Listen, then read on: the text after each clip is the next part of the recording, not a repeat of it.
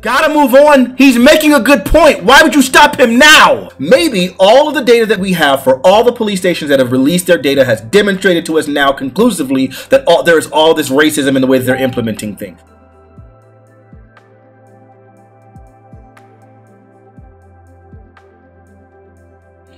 The population, right? Yep, there's still more of them. Hey everybody, tonight we're debating whether or not the police are systematically racist, and we're starting right now with Destiny's opening statement. Thanks for being with us, Destiny. The floor is all yours. Hi, my name's Destiny. I think I have a pretty easy affirmative argument, but basically I believe that there probably exists some level of systemic racism in the policing forces. It seems that when we look at how police interact with suspects or people that they're detaining, there seems to be disproportionate outcomes that impact white, black, or Hispanic people, even irrespective of their criminal history or the reasons for the stops. So I just have like 3 pretty simple points that I want to go over today. One has to do with how stop and frisk worked in New York. The other has to do with the, there's a 2011 US DOJ special report on the police use of non-fatal force. And then the third one is the big nature study with the 100 million traffic stops, where they try to analyze the difference between how suspects are treated before the sun goes down and after the sun goes down, to see if police are making decisions on whether or not to stop people based on the color of their skin, which you can obviously tell easier in the daytime versus the nighttime. Yeah. Okay, so I'm Lisa, and I'm here to say that there is systemic racism amongst the police force. And the reason that I say that is disparate outcomes are is not evidence of racism, A, and B, that that A, that doesn't happen, and B, that the definition depends on how we're defining systemic or institutional racism that matters. And the actual definition of systemic or institutional racism is that there are laws or regulations on the books that are racist in nature. And in fact, in America, we have the opposite. We have laws and regulations that prevent organizations, government, anything else from being racist. So feel free to say what you need to, Destiny. You got it. Thank you very much for your opening statements, both of you. And there are laws that are racist in nature. What does she mean by in nature? Does she mean like racist is in their intent? If I was Destiny in this argument, I would have already, like not already, I'm saying, but like, because I watched this all the way through. He never brings up like the Georgia voting laws is, I think, one of the best things whenever you're arguing with people, because people, about systemic racism, because people typically want to reference the fact that like, hey, like, we made all of the racist laws illegal, but though you don't mention race, a law can still be racist. And I think that she didn't do that. She doesn't do that ever. She just says, I mean, she just keeps appealing to that. Like, there are no laws in existence right now that are racist, and that's just wrong. I'll let you know, folks, if it's your first time here at Modern Day Debate, we are a neutral platform hosting debates on science, religion, and politics. We hope you feel welcome no matter what walk of life you are from. And don't forget to hit that subscribe button for more juicy debates just like this one coming up in the future. With that, we'll jump into open conversation. Thanks so much. The floor is all yours. Sure. So probably before we get into this, I guess it's probably important to arrive at what do we consider to be systemic racism. We probably need to agree on the definition of this before we have a back and forth. I can posit a definition and you can attack it, or you can tell me your definition and I can attack it. Either way works for me. I mean, it's just racism that's embedded, the actual definition is racism that's embedded through laws and regulations of either government or organizations. True. So one of the important things about systemic racism, though, is that none of the laws or regulations that are embedded have to be explicitly racist. They might just produce what would be considered racist outcomes. So, for instance... like I said earlier, though, racist outcomes does not indicate racism to begin with. Not necessarily, but it could, right? So, yeah, but the proof would be on you to prove that it does, because, I mean, there's no actual evidence of that. True, I agree. So systemically racist law might be one that seems to target black people in an unfair way for a reason that doesn't really make sense. The outcome isn't really justified for anything good in society. And I agree that the onus would be probably on me to try to point out, like, what are some areas that I feel are exemplary of, like, systemic racism in ways that I can are help you. I'll give you an example. Well, so right now, on the books, right now, like, more white people use cocaine, more black people statistically use crack. And so for every 500 milligrams of cocaine, you get 5 years in prison. For every 1 milligram of crack, you get 5 years in prison. And so those outcomes would have racist. They would, if more people would be in prison for a smaller amount of crack than they would cocaine, right? But what reasons for those laws put on the books? Was it to stop the crack epidemic? Was it to help black people? So it wasn't necessarily a racist in nature sentencing that was put on there. It just happens that was the outcome. That could. She's wrong there. The way that this thing actually came to be, there was actually a racist intent. It actually came, I want to say that the crack cocaine disparity was like created in 1986, I want to say under the presidency of Reagan, who was like a known racist. But it came off the backs of the war on drugs, I want to say. Yeah, it came during like off the backs of the war on drugs, and this was like an extension of it. And I want to say 1986, after they'd made the Sentencing Reform Act, is when they went ahead and they started introducing this crazy disparity, which was completely unfounded based off of false information. And his intent literally was to create a war on drugs, and this is an extension of that. Could be the case, but if that is the outcome, we'd probably seek to change that, right? Well, I'm not saying that we don't want to make everybody's lives better. I'm just saying that systemically, and that is the topic of this conversation, that on the books, you have to prove, and I think that's what's wrong. That's what society's doing wrong right now, is they're blaming white people, or they're blaming the system rather than treating the solution, which is only exacerbating the issue. So I think carefully, so I'm not here to blame white people, I don't care about that. And I'm here to blame the system. Basically what we're trying to say is, like, are there things that exist in the system that maybe put undue pressure on one race over another? So in the instance of like crack versus powder cocaine, you know, is there a good reason why there is such a disparate charge? Why is there such a disparate rate in charging one versus the other? It seems to be that it massively impacts one race over the other, because black people are more likely to use crack, white people are more likely to have the money to buy powder cocaine. Is there a good reason why the sentencing is so different from one to the other? Yes. Why would you say the reason for that is? Okay, so because of the difference in price and things like that, it was negatively affecting more impoverished communities, specifically in the cities. And so you were having these big, like these larger crime and drug epidemics, and they were focused there. And so they say, okay, this is a problem. They weren't thinking about the difference between cocaine and crack. They were saying, let's make these penalties stronger for crack cocaine possession so that we can stop this madness. Now, to every policy comes a negative externality. First off, the vast majority of like cocaine usage and crack usage, the vast majority of the transactions are 100% non-lethal, 100% non-violent. The vast majority of them. It wasn't just necessarily about violence, but even if it was, there's an intersectionality that's happening here, right? Where you're recognizing like there's the intersection between drug usage and poverty.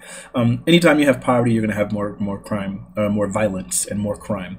And so the criminality associated with crack cocaine is more likely due to the fact that the crack cocaine is more associated with something like poverty, because black people in poverty were more likely to use crack, which was significantly cheaper than powder cocaine.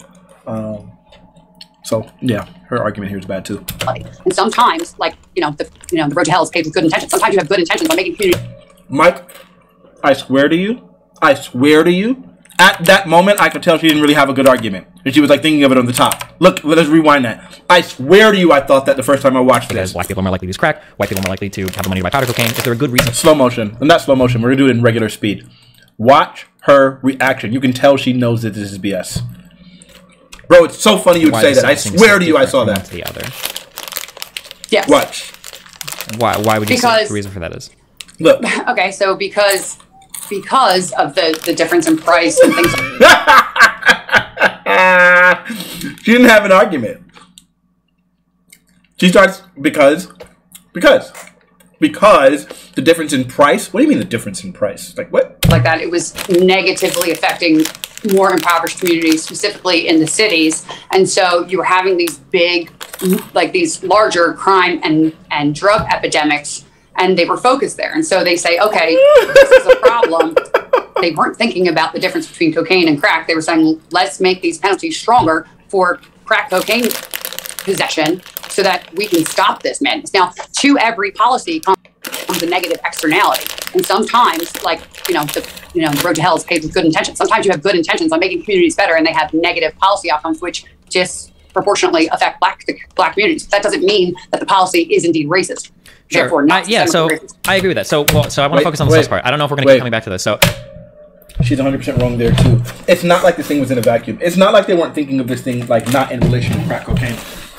They were thinking of it in relation to powder cocaine, excuse me. At the time when they were talking about it, they literally were talking about why there was a justified need for a disparity. So if you're talking about a disparity, that means that you're well aware of the other thing existing. So you can't say, this should be different than this. Disparity automatically makes it relative. Disparity is it takes the other things into consideration. So if you're talking about a disparity, then that means that you're talking about something relative, so you can't say that it was looked at in exclusion. And they did. And we had an entire sentencing commission that came up with legislation specifically about a disparity. 1 second. Like, when they were originally drafting the legislation, it wasn't like, hey, this is what we think we should do for this. It was, hey, this should be more severe than this because of this. This is more dangerous than this, so because of that, we should make it more chargeable. Like, there was already, like, it was very much mentioned relatively. A policy doesn't have to necessarily be racist to be systemically racist. But if I look at the state of Black America today, and I look at it from a conservative angle, there are a couple of really easy attacks that I can levy against it. So one, the culture is relatively toxic when we look at what is mainstream or popular for a lot of like Black culture. And two, arguably downstream from that, the Black family is in a pretty sad state compared to what we would consider like most white families. I think both of us agree that these are like pretty bad things, right? Well, yeah, but when people always do that, they compare like Black and white first. But if you look at like median household income and you look at it for Pakistanis, if you look at it for Indians, right, it is extraordinarily higher than it is for both white and Black. Actually, both white and Black are in the bottom two. And that is because like in the bottom range there. And that's because if you look at all these other groups, these Indian groups, these Chinese groups, all these other ethnicities, their levels of children out of wedlock are much lower than both of us, than the white community and the Black community. Sure. And so we keep looking at the Black and the white community like that's the only problem, but it's not black and white. It is.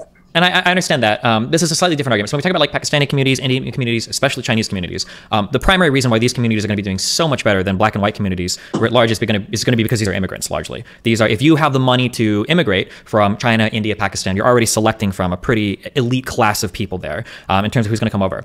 So for instance, not necessarily true. Just real quick, that is absolutely true. Well, it's absolutely true. So for a really good example of this. One sec, just I promise I'll come right back to you, Lisa. I appreciate your spirit. Yeah, I'm just saying it's absolutely true. So for instance, if I look at Black families in the United States, I can get one median income and one like picture of what a Black household looks like. But if I were to look at just Kenyan families or Nigerian families, now I'm getting some of the wealthiest Americans or for Nigerians hold more postgraduate degrees than any other group of ethnic group in the entire United States. But that doesn't mean it's a product of what they came over with. It's a product of their culture and their values and what they prioritize, which is education and family units. But if that was the case, then everybody in Nigeria would be ultra well educated. That's not the case, right? The country. But they're coming here to get themselves educated because they want a better life. It doesn't necessarily mean that they have to be wealthier when they get here. And I know because I did immigration casework for like ever. That's okay. That's great. But like, let's just think. Statistically, it's not, you're not correct. Statistically, I promise you I'm correct. Let's just think for one moment. What type of family could either move themselves or their entire family from Africa to the United States? We're people claiming asylum that have nothing. This is a better way of having it. I don't think that the people that come from Nigeria and like attain postdoctorate degrees in the U.S. higher rates than any other ethnic group in the entire United States are all coming via asylum, right? The reason why they're not, but a lot of them are.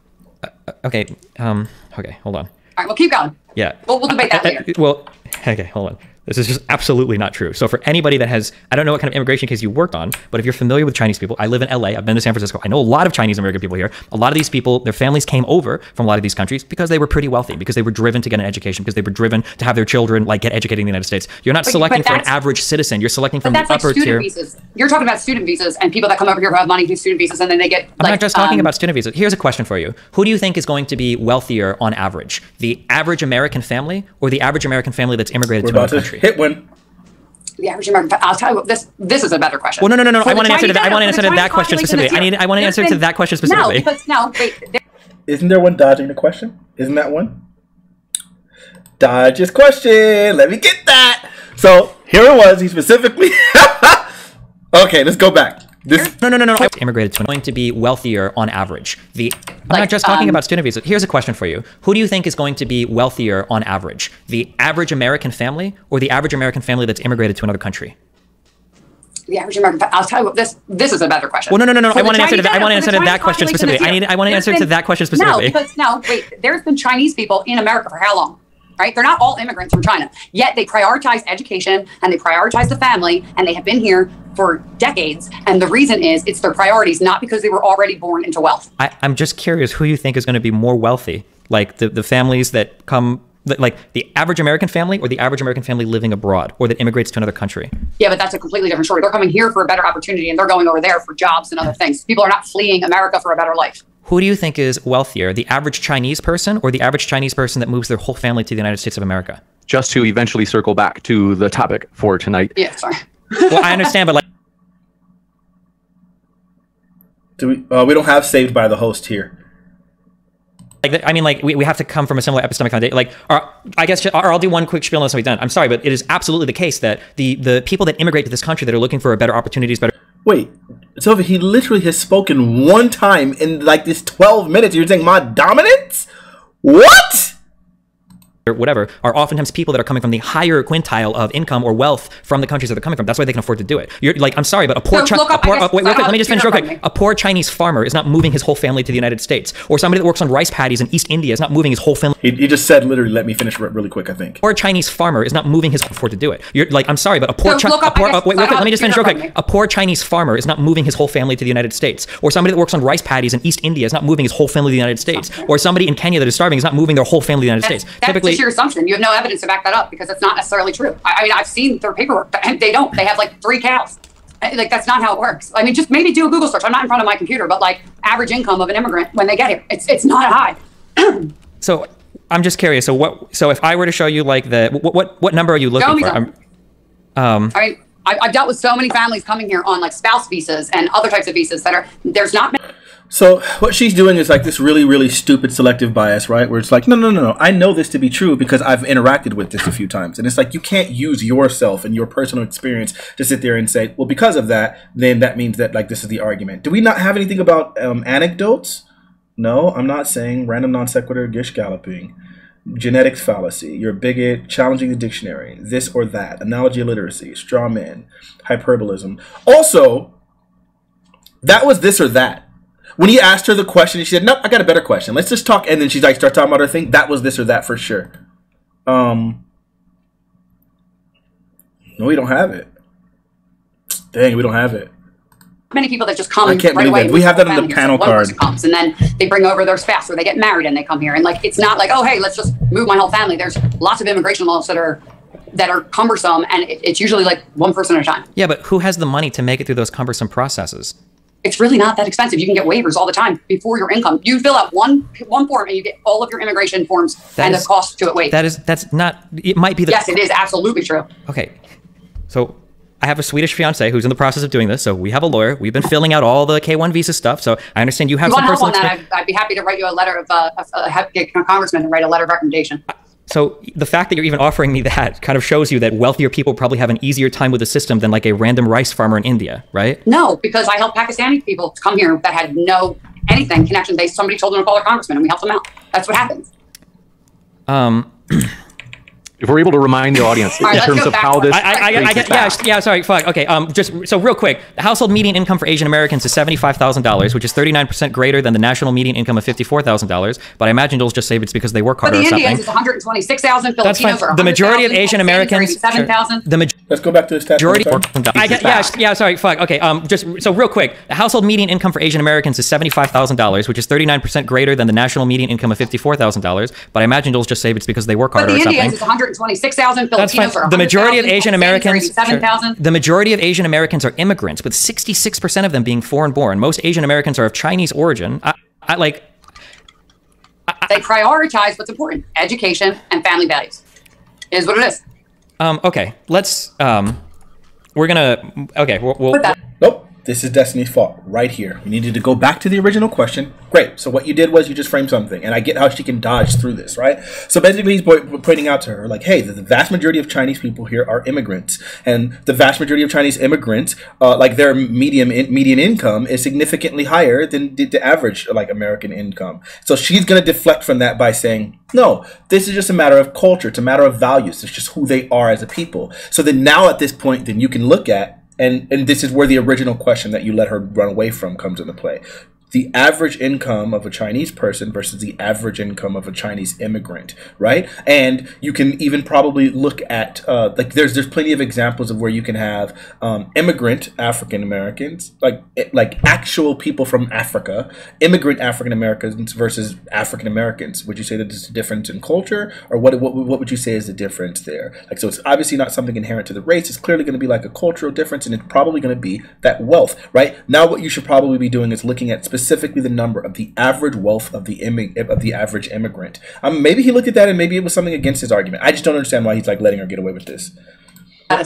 Come back around to this. So we agreed originally, I think we agreed on this, that we can point to maybe black culture or black family structures as being things that are detrimental at large to the black community. Yeah? Yes. Okay. So if we were to say, for instance, that having a single parent in the household is a high predictor for your child committing a crime, I hope we agree on that. If we agree on that, it might be the case that we could follow that back and look at like disparate sentencing rates for different types of drugs and say, hey, when we enacted like these 3-strike policies from the 93 crime bill, when we cracked down on certain types of drugs in this way, we noticed that it produces this outcome that's leading to a whole bunch of bad downstream effects. So I agree with you that we can take a law originally that isn't racist. It doesn't have any bad racial intent. It might even be to help a certain race of people. But when we look at how that impacts things down the road, it's like, oh shit, hold on. Well, there's like a systemic injustice here because in an attempt to say help black neighborhoods by getting rid of crack cocaine, we've actually like put a lot of black neighborhoods even worse on a path to destruction by putting a lot of like black African-American men into jails and then impeding their ability to ever get a job or to reform themselves or to contribute to their families in a meaningful way. I actually agree with you. I think that there were laws on the books quite like not that long ago. I mean, there were redlining, which happened to other communities too. There was, stop and frisk and the things that you were naming in your opening sentence. And while I do think that those things at a time we did have racist laws on the books, we do not now.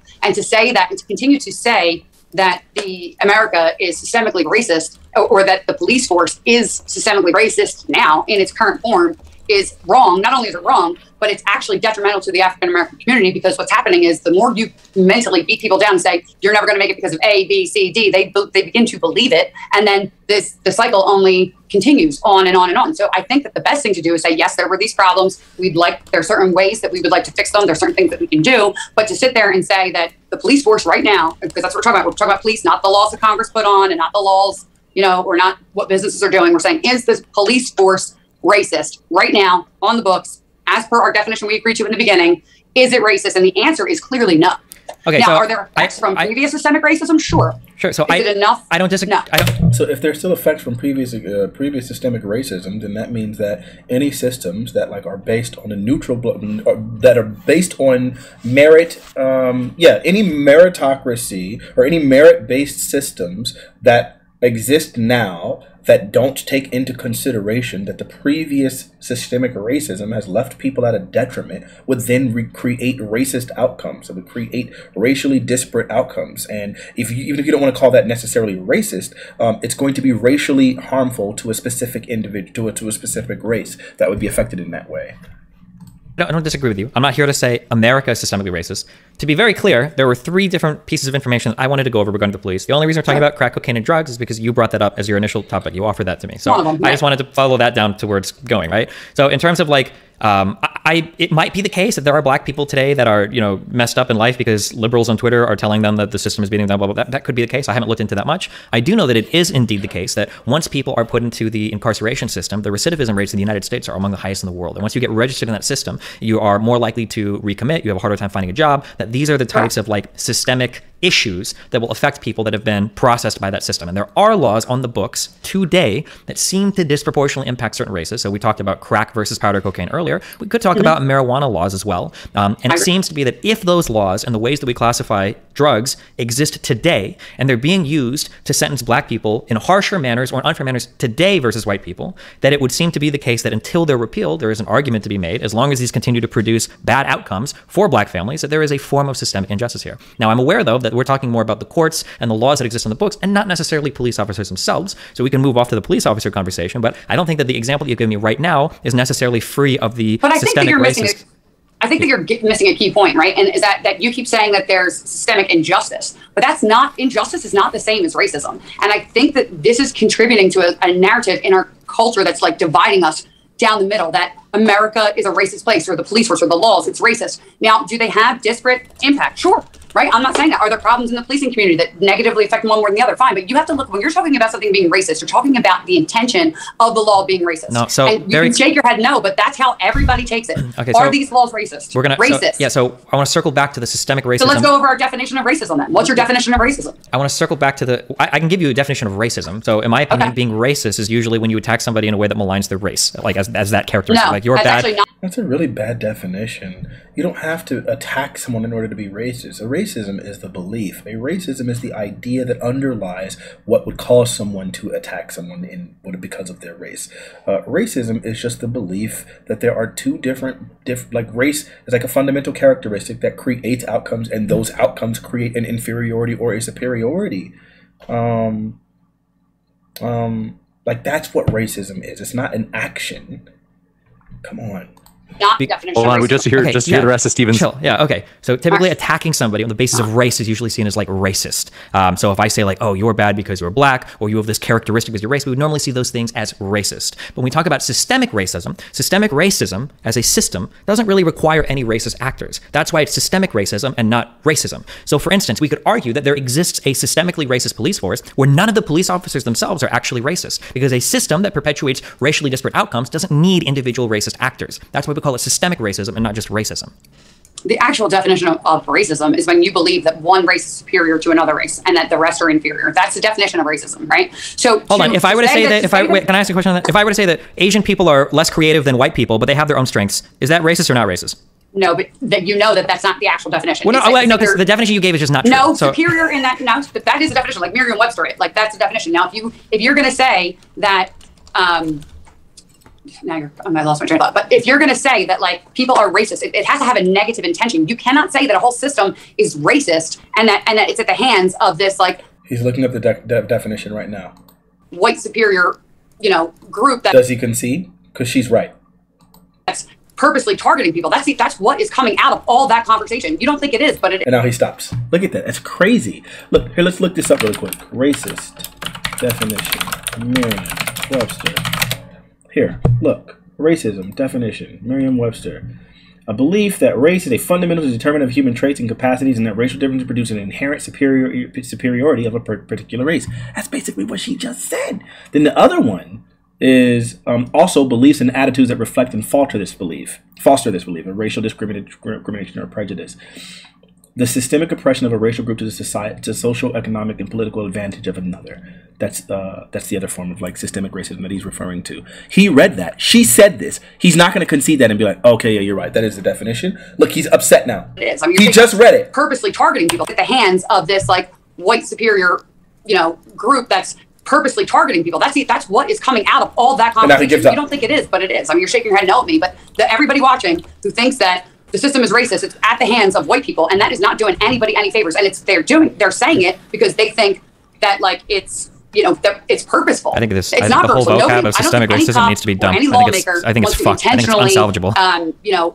Mess up the African American community. It doesn't need to be dumped. You're just terrible at arguing it. What you should be arguing is that systemic racism, like you could be arguing from the basis of intent, like she's talking about. You can recognize that there are plenty of systemic racist laws that are absolutely intended to be harmful. That's where the actual argument comes into play. So when you look at the North Carolina voting law, that was with a racist intent. It was specifically with the intention of suppressing the black vote. When you look at some of the voting laws now that they're all talking about, these are some of them with the intent of suppressing the black vote and the minority vote. So the idea is, you can look at the intent. We can look at the war on drugs. The problem is, the reason why he's having such a hard time with it is because he doesn't actually believe in systemic racism in that sense. He doesn't believe that any of the intention behind any of these laws was like actually to be racist. That's the problem. Not realistic. Sure. So there are multiple discussions happening here. So if you want to have the discussion that the phrase systemic racism is a shitty phrase because it's triggered the fuck out of a lot of people, at this point, I mean, as evidenced by this conversation, I don't know if I would disagree with you.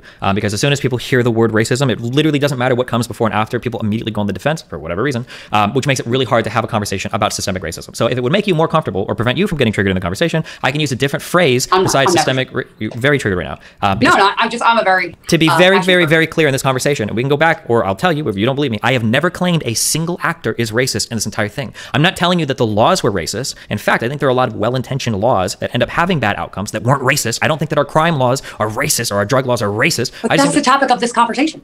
First of all, the topic of our conversation was about racism in the police force, not in our actual legislation or laws. You brought up the crack cocaine versus powder cocaine. Okay, so let's go back to the police force. Okay. Because you were talking about stop and frisk and things like that. So here we go. They're laws. Sure. So, well, stop and frisk were activities that police did, but it was about the police force and the way that they engaged with stop and frisk. So we can back. Okay, so let's exactly. That's why he's having a hard time with this. But we'll see if we get there. Although this particular thing doesn't actually require any understanding of systemic racism. So there's a really popular study that is published by Nature that they talk about, and I'm sure you've heard this one before. So there's an idea that basically there were over 100 million traffic stops that were analyzed from 21 different state patrol agencies and 35 different municipal police. And what they found was that when they tried to control for whether or not it was light outside or dark outside, you actually find out that police officers are more likely to pull over black people when they can see the race versus at night when it's harder to see into the car. This is something that's been demonstrated with like a high confidence interval over the study was over 100 million traffic stops. It seems like when you start to see stuff like that, that might be evidence that maybe police are working from some biases that are unjustified. Okay. But there's been other studies that have been contradictory to that, like when the DOJ did their investigation of the Philadelphia police force and found 91 recommendations on how they could do better, but that there was no racial bias there at all. For which police force? Philadelphia. I don't know about Philadelphia. I'm not here to argue. It was the Department of Justice did a study. I mean, they went in and they went over all crime logs because there was an uptick in violent interactions with police and perpetrators. And so they went and did a study. I mean, so there's plenty of studies that have been done that will like contradict and affirm and deny both sides here. Like that, like you can pick one out, that's fine. But like, you know.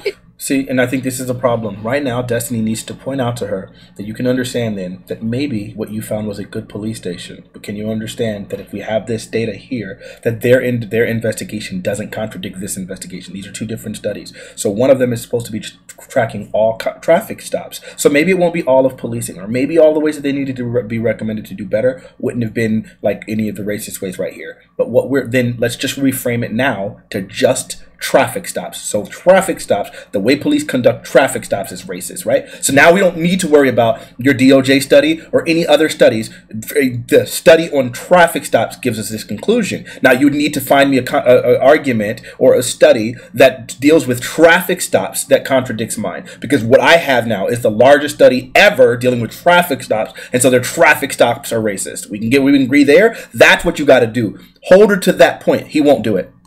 Well, I'm trying to pick out like a study that catalogs over 100 million traffic stops. Does, don't they? Well, I mean, no, because I've picked out a study that includes over 100 million traffic stops, and you're citing me something about one investigation into the Philadelphia Police Department. I didn't come here to argue about the Philadelphia Police Department. I came here to talk about like. And what year was that study done? Just out of curiosity, I've heard about it, but I don't remember what year it was done. What year was that done? Because I believe that it was over at least 10 years ago, right? Well, it collects, it was published in 2020, but the data set that it collects is over a wide period of time. I don't know. I don't know like how many years they collected the data through, but the study itself was published in 2020. Yeah, I think the data was collected earlier, if I remember correctly. It might have been. She doesn't remember. She's never seen the study day in her life. I mean, but like the thing is that what the big topics have been is that it have been like, more. The reason that we're even having this conversation is because of BLM and George Floyd and Brown. Hold on. I got to cut you off. You're gonna do this, okay? I don't want to get roped into larger BLM, blah blah blah. I'm only here. The only question that. I love it. And this is now where she's doing the thing to Destiny that Destiny always does to me literally every time we have a conversation, where I'm talking to you about my points and what I'm trying to say, and now she's just like, well, yeah, but you know what BLM does? And like the general conversation has been like, that's not my argument. Yeah, but the conversation, this is the way people typically make it. But that's not what I'm saying. Yeah, but you know, in general, that's that. I'm curious about, because I have plenty of criticisms for all of those organizations and for all the things like that. But so I'm not here to defend BLM or anything. I'm just asking very simply the question of, is there like systemic racism potentially, or are there maybe a lot of like cops that think they're well-meaning but they do things that contribute to bad racist outcomes that we don't want in the police force? That's very specifically what I'm that's what's important. We have to make sure that we that we identify like people that have good intentions that are not racist intentions. There may be some disparate outcomes, but that's not proof of racism. I'm not trying to prove racism. So for the fourth time, but you are, because it's. That's what we're doing. For the fourth time, I don't know how many more times I'm going to say this. For the fourth time. I don't know how many more times I'm going to say because you clearly don't get it. Okay, for the fourth time, I am not trying to say that cops are racist or they're these horrible racist, intentionally bad actors. That's not what I'm looking at. That's not what I care about. Well, I would care if that was the case. I don't generally think that's the case in most of the United States. What we're looking at is the police as an institution. Do they act in ways that we could call systemically racist? Do they contribute to racialized outcomes for no good reason? That's what I'm looking for. I'm not trying to figure out if all police are racist. It's not for no good reason. It's for reasons like I explained, where they're trying to actually, listen, if you look at the people that are being arrested or whatever by cops, they're still committing the crimes. But the problem let's talk about like violent crimes. Yeah, so we can talk about, okay, it's not, okay, they are, but there are still bad outcomes that are disproportionately impacting black people over white people or Hispanic people. So the DOJ released, we want to move on from the nature thing, which I don't know if we ever saw that, but the DOJ released a big special report on police use of non-fatal violence, covered the years from 2002 to 2011. And when you dug into this, even when people were being pulled over for crimes, so like the headline fact is like 4.9% of blacks experience a use of force during stops compared to 1.8% of whites and 2.5% of Hispanics.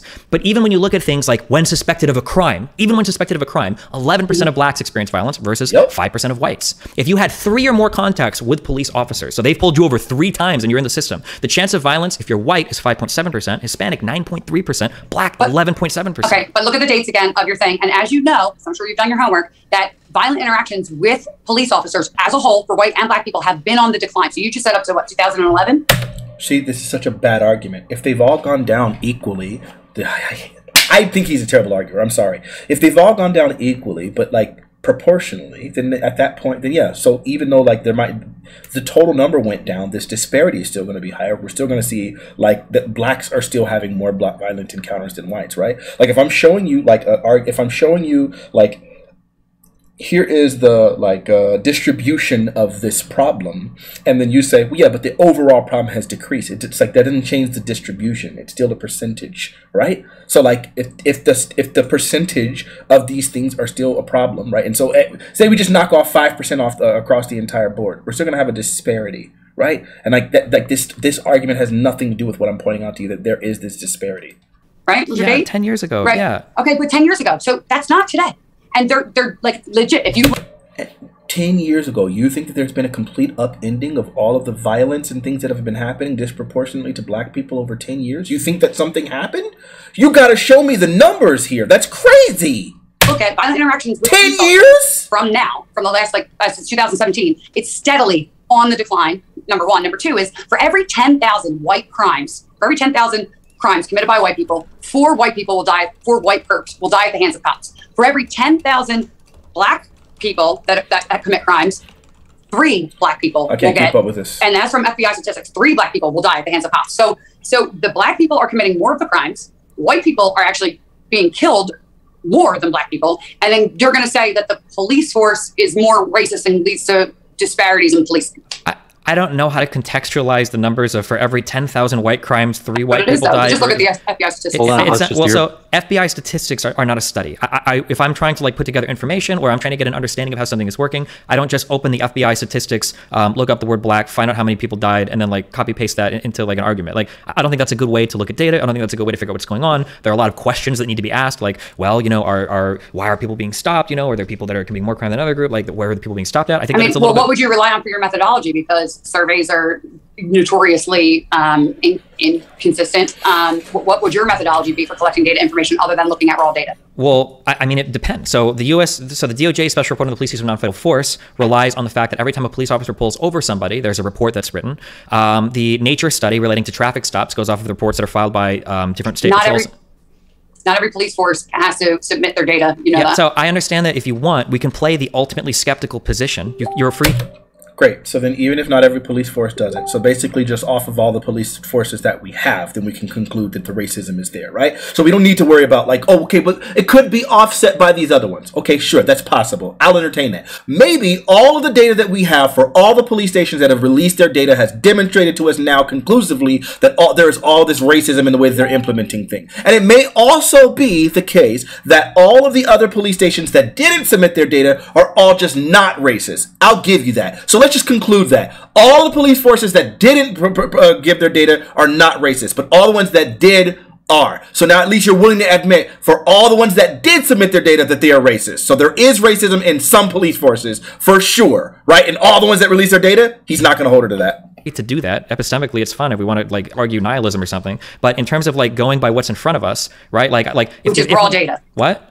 Which is raw data. Raw data, it does not a study make, you know? Like, we can be infinitely skeptical of things, but like, if your husband catches you fucking somebody, you say, well, that's actually my secret twin, right? Like, it might be the case that that's true, and you could legitimately argue, like, well, you don't know if I have a secret twin or not, but that doesn't really make an argument, right? So right now, when I look... Absurd hypothetical. What the freak is he talking about?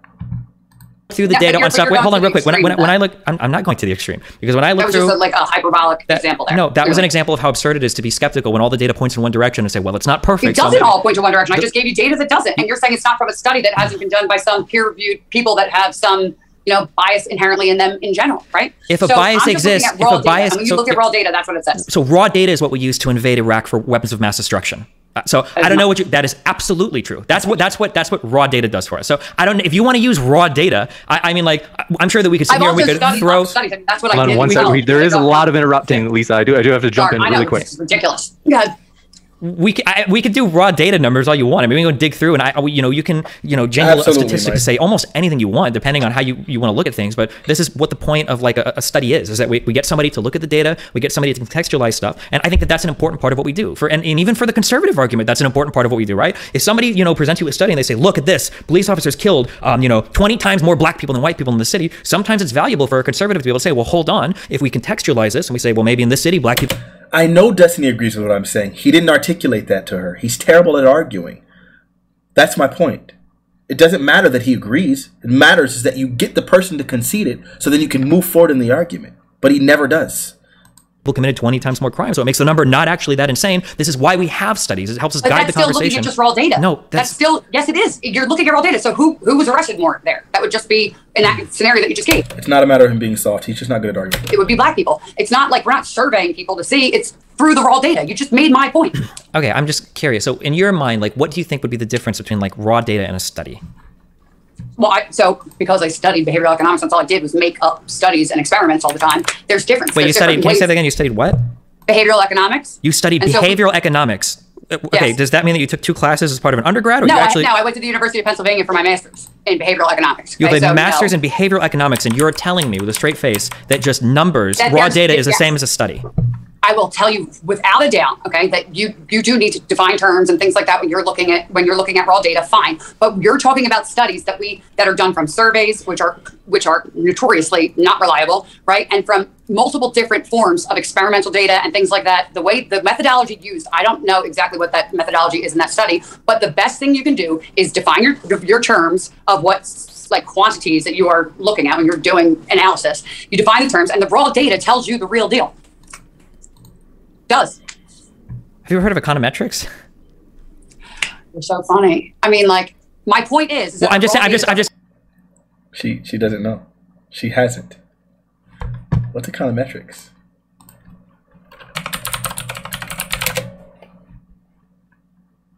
Is the application of statistical methods to economic data in order to give empirical content to economic relationships. It's a quantitative analysis of actual economic phenomena based on the concurrent development of theory and observation related by appropriate methods of inference. She literally has never heard of this before.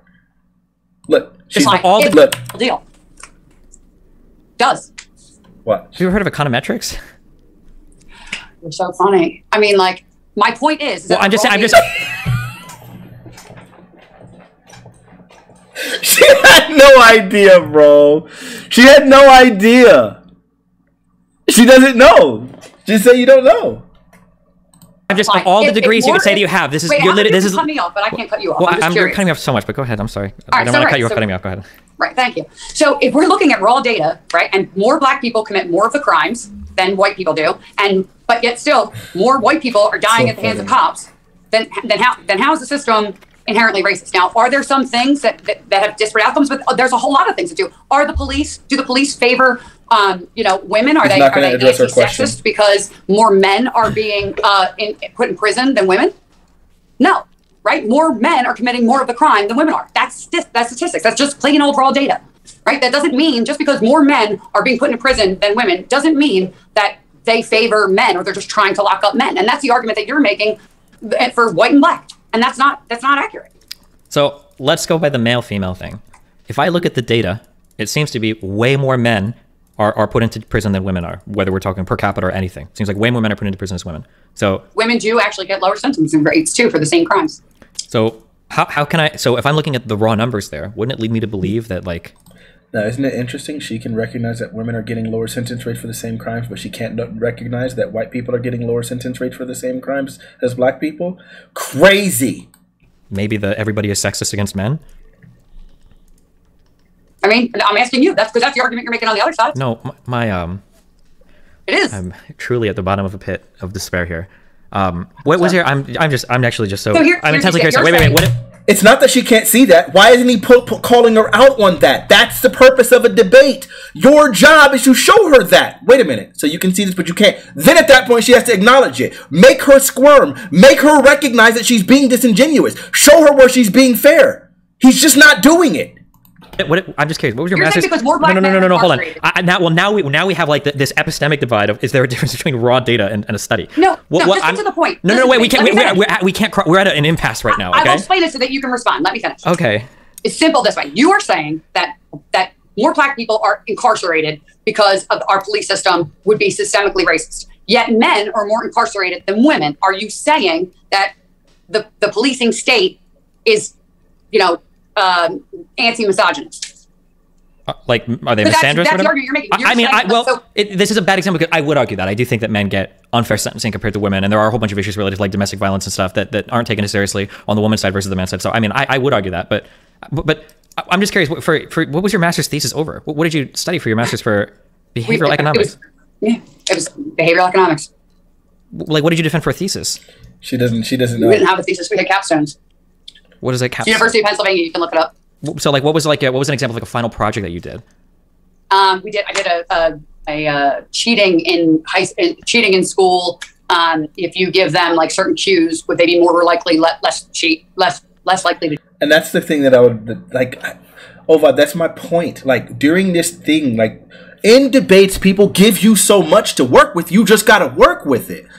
But like the thing is, he should be asking her, like, so you recognize that the sexist, and then at this point now you can like kind of like start flipping her argument on his head because she conceded this, right? So like at that point, when she made the statement, when she makes the statement like, oh, it's sexist, and you'd ask her, where are any written codified laws of sexism? And it's not there. So then that helps you to recognize that, yes, okay, so then the laws don't have to be like, it didn't have to be like overtly sexist or overtly racist. It can be covertly.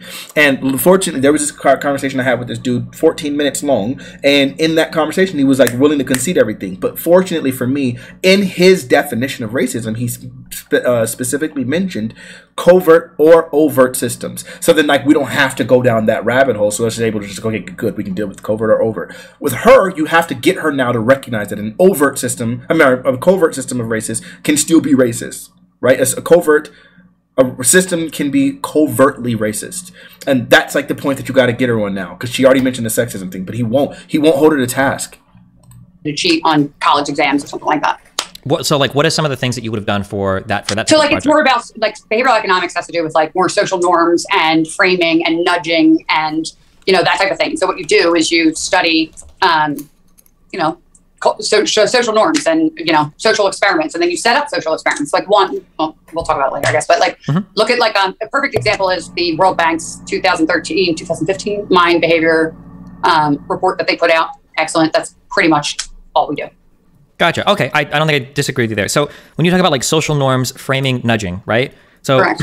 I think that one of the reasons why the field of behavioral economics kind of spawned, this is my totally uneducated guess, so you can stop me if I'm wrong, is that sometimes in this like neoclassical econ world, we make assumptions about how individual actors will function in an economy. And sometimes when we look in the real world and we see, well, you know, people make these purchasing decisions, people do these types of things. Well, it seems like people don't always act as these hyper-rational actors. In their best interest. Yeah, right. Sometimes they do things that are literally contrary to their interest, right? Correct. So behavioral economics, it feels to me like spawned off of that, where it's like, well, what are these other kind of harder to quantify factors that lead people into making decisions that on its face, it seems irrational, right?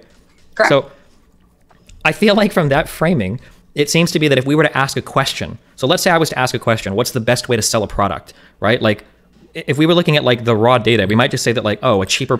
This is a huge derail. I'm sorry. The freak is going on. Product will always sell better. Or like the raw data of like, well, this sold more on this store, so it should sell more on this store. These would be ways of looking at raw data, but we would want somebody that knows like behavioral econ stuff, and it's like, well, hold on, this sold better in this market because of this reason. Or it might be a lower price here, but people actually will buy things over here if it's a higher price because it feels like a catalog. But you're still getting that from data. You're still getting that from data. We are, but it's not. But at that point, when you start to make interpretations of the data, it's no longer raw data. Now it's been like filtered by somebody that knows what they're looking at. It's been filtered by somebody that is now like giving you an interpretation where you're like, okay, listen, I understand that it looks like this thing here. It looks like if we sell this for this price over here, that it'll do really well over here. But actually, we can sell it for way more because the people that live here are way more wealthy. So it's kind of raw data, but you're taking all of that raw data and you're like filtering it through. And in econ, especially in econometrics, we're filtering it through like all these complicated algorithms and formulas to try to determine like, okay, well, if we do this, it'll change this for you. So bad and so complicated and so unnecessary. A really quick analogy of this, right? You can just look at data and find some correlative factors that aren't necessarily like causal, right? For example, there was a big point in time where we viewed like African Americans and we recognized like, oh man, like they have really high blood pressure. And so then eventually they started making the argument that we were genetically more predisposed to high blood pressure. And so it's like, yep, you guys just, it's in your genes, it's just in the black blood, like y'all are just have more high blood pressure. Now they didn't recognize that the reason why we had so much higher blood pressure was because of the fact that we consume so much pork. It was everywhere in everything that we ate. We put it in our vegetables. Like we have collard greens with like pork in it. We put bacon inside of our collard greens. We'd have beans or lentils, and we would put like ham hocks inside of our freaking lentils. We would have like we would eat like ham as like part of like our meat at the end. We would have pork for breakfast. We like that was what we ate. We just ate a lot of pork. We like I said, we put pork in our collard greens. We put pork in our bacon. Pork in our macaroni and cheese. Pork in our green beans. Pork in our vegetables in general. Like we would cook our spinach and put 2 slabs of bacon across the top of the spinach to give it flavor. So like yes, of course we're gonna have high blood pressure on top of the fact that we were eating with a lot of trans fat. We were like deep frying food like with trans fats and stuff like that. So that was the result of it. It wasn't that. Now if we just looked at the raw data, we would find out that yeah, so black people have higher blood pressure, but that doesn't do anything. When you want to do a study, you want to start looking at, okay, what are the diets of the people that are doing that? Are there black people who don't have high blood pressure? And if they are, what's the difference between those individuals? That's when you start looking at cross-sectional data to try to figure out exactly what's actually causing something. The data alone doesn't tell a whole story, but he doesn't understand those kind of concepts. All he's going to do is he's just going off this crazy analogy and never getting her to actually get the point. She didn't learn this. Variable, or this will change that variable in order to figure out like how things will turn out, right? It's not right, just but that's still looking at raw data, right? I mean, that's still taking data and interpreting it. Now, there are many factors out of this raw data that will contribute to more black people being incarcerated. Some of that would be childless, fatherless homes, or I mean, not fatherless, but not children out of wedlock. Some of it would be, old crime laws. Some of it would be poverty. Some of it would be personal decision making. I mean, we're still quantifying all those things, but when you look at the base, and that's what I'm talking about, I'm taking that data, and when you look at it and you break it down and you say, okay, well, the bare numbers tell you that per every 10,000 crimes, more white people that are committed by white people, or vice versa, committed by black people, more of those people are dying, white people are dying, and that's just one metric. If you look at all these other things, it's not necessarily do some like old policies or old things from laws and policing. Do they contribute? Yes, to more black people being incarcerated. But that's not the only thing, and that's exactly what I'm telling you. Okay, so great. So she just conceded it. So some of the old laws and stuff contribute to it. It doesn't have to be the only thing. That's great. No one's ever arguing that it has to be the only thing. Is it a factor? Is it a contributing factor? And if she concedes that, then that means great. Like now we're moving forward in the argument. Good. So you are conceding that some of these old things, like, and now you have the point for the racism. He's not going to latch onto that. You look at other data, like marriage, just being married. Because I think he's still fixated on the data thing. Decreases family wealth by like 98% or something ridiculous, right? So when you're looking at the numbers, I'm talking about numbers, like raw data. I'm not talking about how you feel or what you think the police think or anything like that. It's not about how we feel. It's just about like it's not about how we feel. It's the idea that taking one number might not give us the complete story for what's going on. Correct. So, for instance, you don't hear me because you're throwing this 10,000 white crimes versus 10,000 black crimes. I also threw at you, I don't. Out of wedlock marriage rate. So these two things they all contribute. I'm sure they do, but these types of discrete things don't give us a good picture of a particular thing. So, for instance, even out of wedlock childbirth, that's probably not as big of a problem as people think it is. That's probably like a bigger proxy for your socioeconomic status. For instance, a lot of children that are born out of wedlock are probably born to like poor mothers whose father is no longer around, right? I'm sure that if you're born to a decently wealthy family and the parents just didn't get married, yeah, it's probably not ideal, but you're not living in the ghetto selling crack cocaine, right? But who's the most impoverished people in our country? It's poor white people that are. As a per capita class, like more people, I don't think that's... There are more white people on welfare than there are on black people on welfare right now today. But black people are like white people are like 3 times the percentage of the population, right? Yep, there's still more of them, and they're not committing as many crimes. Okay, but you can't just say lower socioeconomic status is the reason that they're committing these crimes. Yeah, but like we would, if we were going to meaningfully analyze these numbers, we would look at this as like a per capita, not an absolute number of people, right? I mean, there's an absolute number of people. There are a certain amount of people that commit crimes. There are a certain amount of people that don't, right? And if we break that down into demographics, more African-American people commit crimes than white people. I'm tapping out of this one. I can't do it, guys. True. And so now we're talking about more white people are in the lower socioeconomic state. That's true. So now you're saying that it's socioeconomics that's contributing. It's not necessarily birth rates that matter, but no, it's a combination of all these factors and the policing. And that's my point. The policing is not, the police system or the laws on the books are not responsible at whole. Maybe some in part from generations past, but not currently. There are no systemically racist laws on the books now as it stands. And so, that's for the fifth time, there's no such thing as a systemically racist law. If there's a racist law, we just call it a racist law. Okay, fine, that's what I'm saying. But there's nothing that makes makes our system right now systemically racism, because it means that racism is embedded in the laws and regulations. That's what it means. So when we look at like stop and frisk as a policy for New York, we saw, for instance, that blacks and Hispanics were 3 times more likely to be stopped by police than white people, but there was like a similar rate of recovery of contraband and weapons. So why so many more stops if you're not actually like recovering or getting any successful hits? All right, well, let's think about the areas that you're in, right? So okay, I'm going to cut you off real quick, and I know this is mean, but I wanted to tell you that this is my frustration with this debate, is that earlier you were very happy to throw out 2 10,000 numbers at me, and I just threw out one number at you. Now you're very interested in a more qualitative approach. Now you really want to contextualize. No, well, I gave you the raw numbers, and now you want to talk about the neighborhood. So if you want to talk about it, that's fine. I welcome that conversation, but I just want to point out what you've done here. Okay? We're going back to raw numbers again, in that more crimes happen in a certain jurisdiction, and as more crimes happen, statistically more crimes happen, what happens there? They send more police. So who's going to get stopped and frisked more? But where they concentrate the police force. That's just basic numbers again. That's an example of systemic. So here's the problem too, because we're not just dealing with raw numbers. The raw numbers were the thing that I gave you. What you're looking at is the underlying cause. You're looking at some other raw numbers, quote unquote. You're looking at some other raw numbers, which you're saying are influencing this other number that I gave you. That's the purpose of a study. It's not just to look at the raw numbers, it's to look at other raw numbers as well and try to combine that information to come to conclusive information. She couldn't understand that earlier, and he's not going to really point that out. Not clearly. Though, but it doesn't even make sense to send police to these areas to do stop and frisk, because they're not recovering weapons any more likely than they would be off of white people. Where do you think that the majority of the police, if you have an area, I don't care if it's black, white, whatever, if you have an area that's higher crime, where are you going to send the majority of your police force?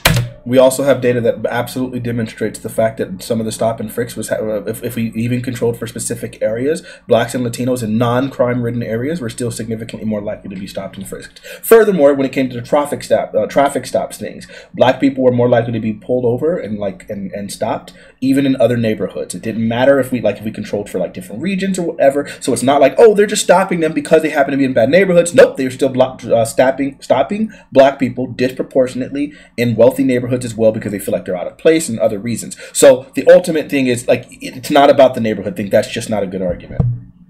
To the nice neighborhood where things aren't bad happening, or are you going to send it to the neighborhood where all the crimes happen?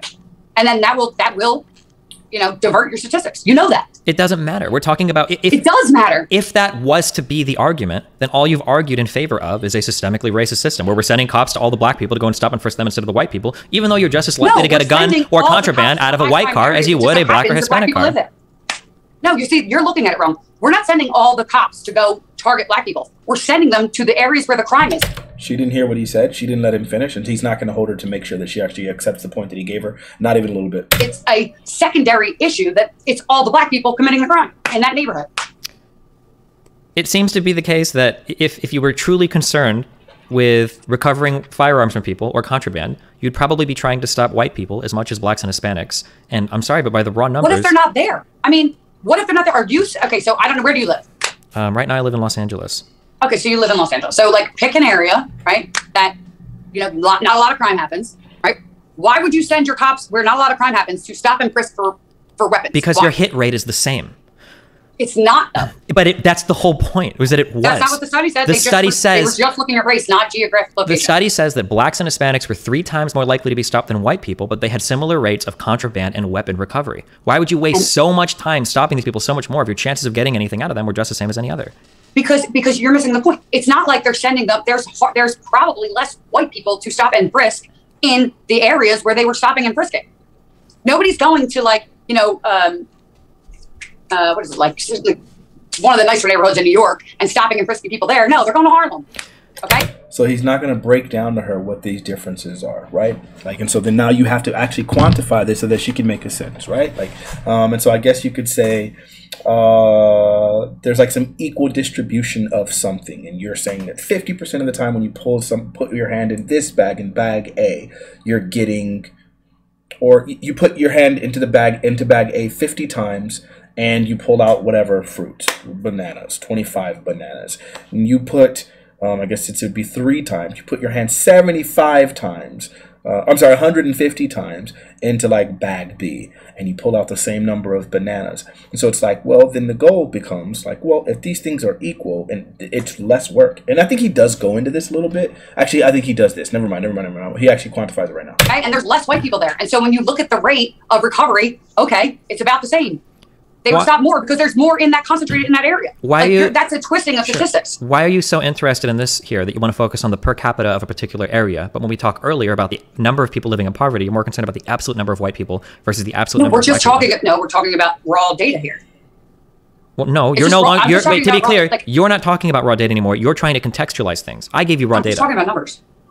Okay, so then what about the numbers in the DOJ special report for the police use of non-fatal violence, where black people were twice as likely to encounter violence? Good job. Bring it back. Police, if they're suspected of a crime, if any of these things happen, they're still like twice as likely as white people to have a violent interaction with the police. There you go. Relate it back now. First time he's done it. I mean, like, I'm not going to give all the reasons that, like, magically, I don't, like, know why. I don't think it's, I actually don't, but it's what I believe is not that the police are racist or they're racist towards them. I think that it's behavior. I think that when you tell people all the time that the police hate you or they're going to shoot you or cops are bad, and that's the narrative, that your behavior changes when you interact with police. That's what I think.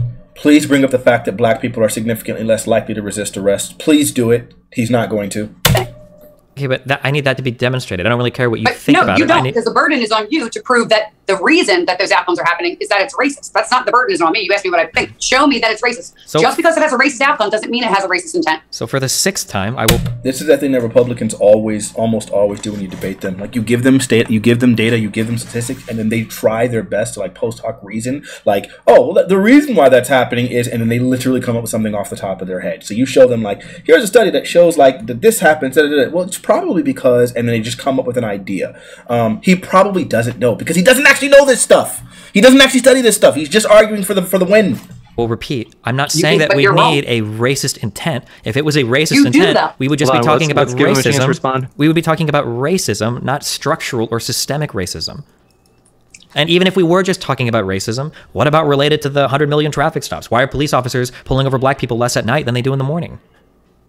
I mean, I actually don't know that study, but you told me about it. It's fine. You said it was from whatever dates. I'm totally aware of that one, like the back of my hand. I'm saying to you that when you talk about... Okay, good. I get you're unaware of it. This is raw data. So with this raw data right here, I can link it to you. Here's the number. You can rate the phrase. I'll quote it to you. Here's the raw data. This would be systemically racist, right? But he's not going to hold her to it. He doesn't hold her to anything. When the title of this is the police were systemically racist, that to me means that the laws on the books are racist, and not just that they have a racist outcome, but they have a racist intent. That's what we're talking about. Are there things that contribute in the police force to disparate outcomes of people? Yes, but you cannot call that racist. You just can't. And that's what this whole debate is about. Is it racist or is it not? And so I guess we're not agreeing on the definition of systemic racism, but if you look it up, it's what I said. It's the racism embedded in the laws. Like Jim Crow laws, that would be an example of systemic racism. Well, no, that would just be racism, right? Like no. It would also be systemic racism. If the Jim Crow laws have anything to do with the system, and the system is literally designed to protest or to harm other people to the advantage of another person, then that would be systemic racism. Like, what do you mean it would just be racist? Yes, they would be racist, racially intended, but they would also be systemically racist. Bro, what's wrong with that? Oh, actually. We can agree to disagree, but that's not it. Okay, I guess so. She's right. She's right. Where do we go, middle guy? James. Yeah, where do you want to go from there? Because we can go into Q&A if you're ready, unless there are any other, you could say, sub-facets of this broader conversation that you guys wanted to explore before we do that. I mean, I guess just to summarize, or go ahead. I want to know what you would do to fix it. So say you say that because he doesn't actually agree in what he's saying exists, right? And how would you get rid of it then? If I can pull up conversations that Destiny and I had where he was on the other end, he was on her side saying that the war on drugs was not racist, policing is not racist, all of these things are not racist at all. He was basically arguing that all of these things were not necessarily systemically racist, and so I feel like that's why, because he actually agreed with her more so than he disagrees. It's just that she's a Republican, so he can push more against her. But when arguing with me, he would argue like literally the exact opposite. I could get in his stream right now to discuss all the systemic racist stuff, and I promise you he would flip right now. If I went into a stream right now and started asking him right now, hey, so like, okay, good. So I'm glad you're like willing to admit like that the war on drugs was like a form of systemic racism and da da da da. He'd be like, no, it wasn't racist. Like the intention wasn't racist. Like they weren't doing it with the intention of harming black people whatsoever. It just had the outcome. it'd be like, okay, so like with the way police interact, like are the police like there's a lot of like police interaction that's intentionally racist, and you'd be like, no, it's not intentionally racist. It's not the actors at all that are racist. It's more so that, and we would just argue and argue and argue and argue. It's OD. Well, I mean, it depends on what particular type of racism we're talking about. So if it seems like we have laws on the books that are leading to highly disproportionate outcomes and we can't really justify them, then I think that easing those laws would probably be a good idea. So for instance, even though you brought this example, I personally don't think... Yes, it does make him a contrarian. And he like literally said as much. I wish I had the video. Like in a video, he was just like, yeah, man, like people call me a contrarian, but I don't think I'm a contrarian. It's like if I'm like arguing with like people like in a given area, like if I'm arguing with a whole bunch of like Democrats or something, then yeah, I'm probably gonna push back like from the Republican position and be like, yeah, da, da, da. But if I'm arguing with a whole bunch of Republicans, then I'm gonna push back from like the Democratic position, like from a more liberal position, and like I'll argue those things, right? So like, no, I'm not a contrarian. It's like, nigga, that's a contrarian. That is a contrarian. What do you mean? He literally said it, and it was just like, no, but I'm not a contrarian. It's wild. I think there's a big deal in different charging between crack and powder cocaine. I think that they do have different impacts on people, and I don't necessarily see a huge problem with charging these slightly differently. But when we look at things like marijuana, white people and black people have the reported usage rates of marijuana roughly the same, but I think black people charge like 5 times more for it. This seems to be like a highly racialized outcome. I'm not saying the law is racist, but it seems to be a highly racialized outcome that exists for absolutely no reason. And when we agree that black men going to jail ruins black families that don't have black fathers embedded in them anymore, which causes more black people to grow up and become criminals, that's in my opinion an example of like a systemically racist or a systemically unjust thing that can be eased dramatically by getting rid of one bad law. Okay, so I wouldn't disagree with you that I think that I don't believe that we should get rid of all drug laws. I'm not, as long as it's not harming anybody else, you can put in your body whatever you want. Like that's what I think. But but I don't.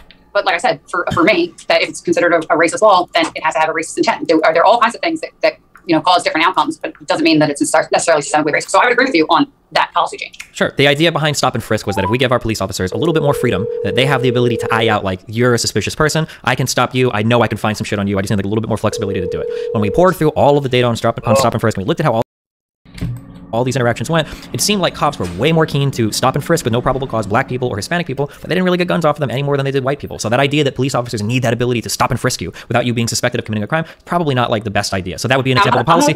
Okay, yeah, so that would be an example of policy, I think. But here's an example too about like racism and things like that, about cops and their intuition, I guess. So you see like a black guy in like, baggy jeans and a hoodie, or a white guy with tattoos and a chain belt, right? At night, you're crossing the street. You see a white guy in a sweater vest or a suit, and a black guy in a sweater vest and a suit. You're not crossing the street, right? Like that's just it is. It's not about and this is where I think a lot of people like misconstrue things that would necessarily be considered racist. But like there are people that look like, whether they are or they're not, they're up to no good. And so a police officer would say, hey, that guy looks like he's up to no good. He looks a certain way. It may not have anything to do with the color of his skin. It may have to do with how he dresses or what tattoos he has on race denialism.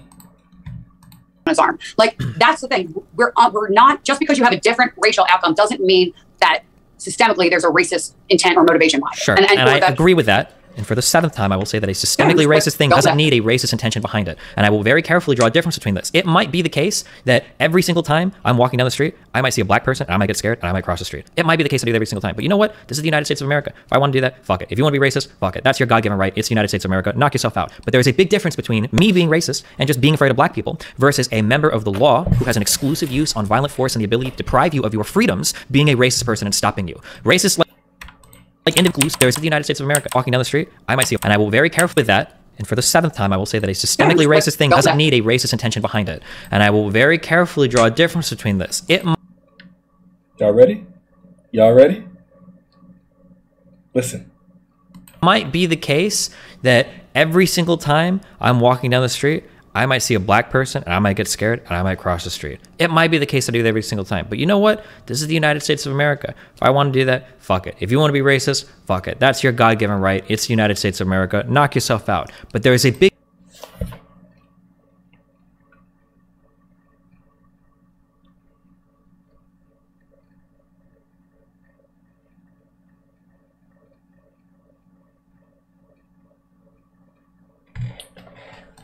difference between me being racist and just being afraid of black people versus a member of the law who has an exclusive use on violent force and the ability to deprive you of your freedoms being a racist person and stopping you. Racist, like individuals can be racist. They exist all over. We're not going to get rid of all racist people, whatever. But a racist police officer that's performing like a Terry stop or that's like actually trying to deprive you of your rights, whether temporarily through detainment or less than temporarily through imprisonment, that's something that demands a different and more special type of attention than an individual that might cross the street because they're scared of the person on the other side. Right, I agree with that, but I'm saying just even in your case of the stop and frisk, there's no actual indication that skin color is the only determining force of why they stopped and frisked black people more than white people. You can't prove that. Well, but the reason you can assume, you can make as many assumptions as you want, but like you can't prove that it wasn't because of how the guy was dressed and not because of his skin color. Like, let's say that he didn't. Let's see, really quick. Hold on. Nah, he might be right. He might not have. He probably didn't. Who is selling the N-word? I don't know where it is. There's a point in this conversation. Who is selling the context of your song? You listen to. What do you mean? No. Actual racist getting. I don't know. There's a point in this conversation where he's like, well, no, not me. I'm saying someone else. Like, I'm probably the most racist person on this panel. Like, He does it all the time. He says it all the time. And I think he's actually confessing.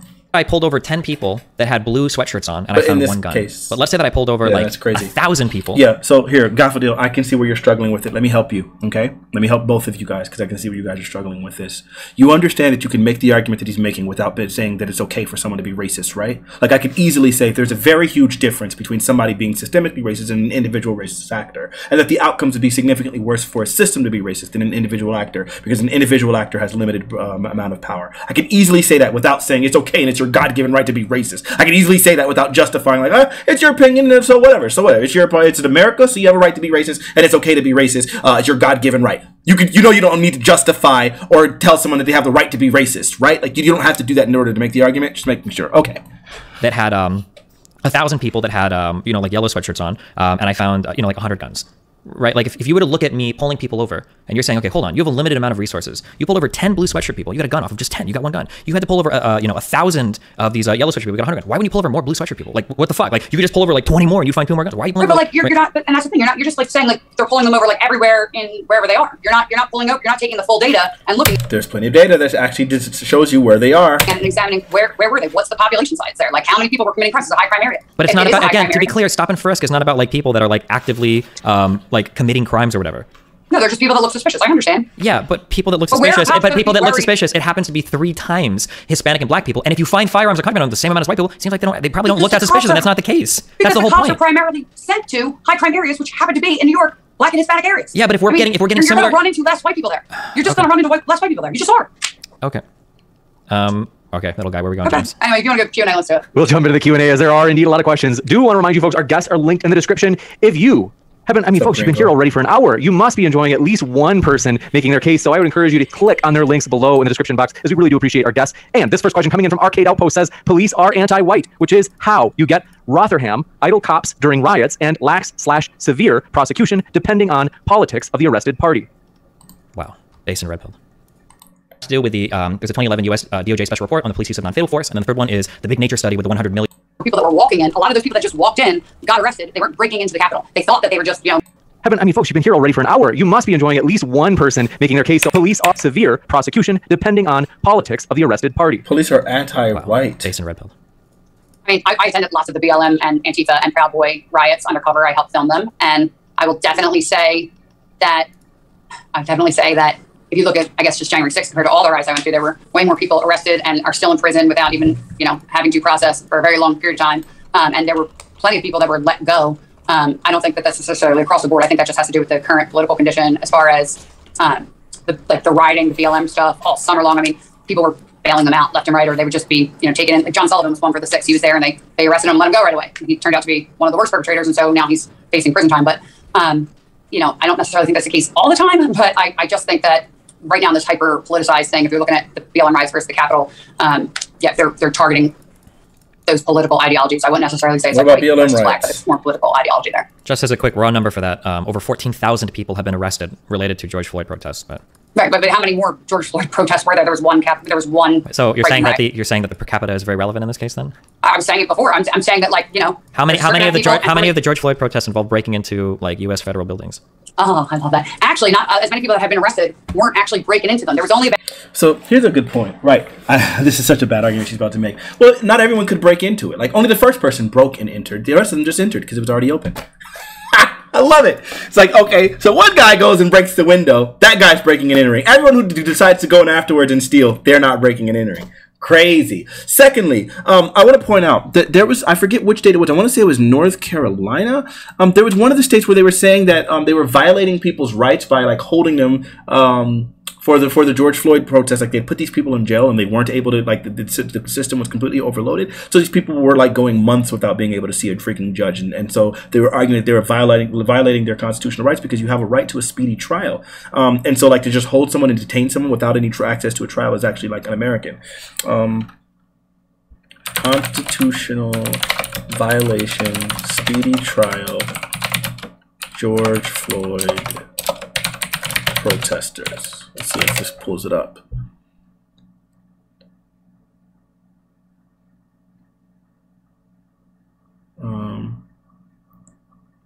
No.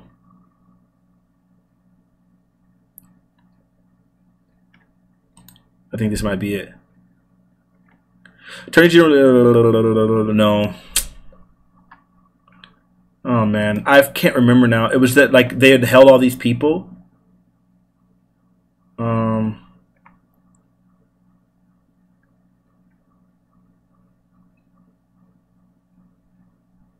Dang man, I don't know where to find it anymore. This is this is over a year ago. But yeah, they were saying that like they had held these people and that like because the thing was so overloaded that like these people weren't able to get their trial.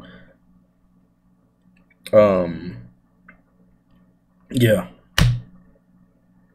I just don't know where it is. I wish I had access to that.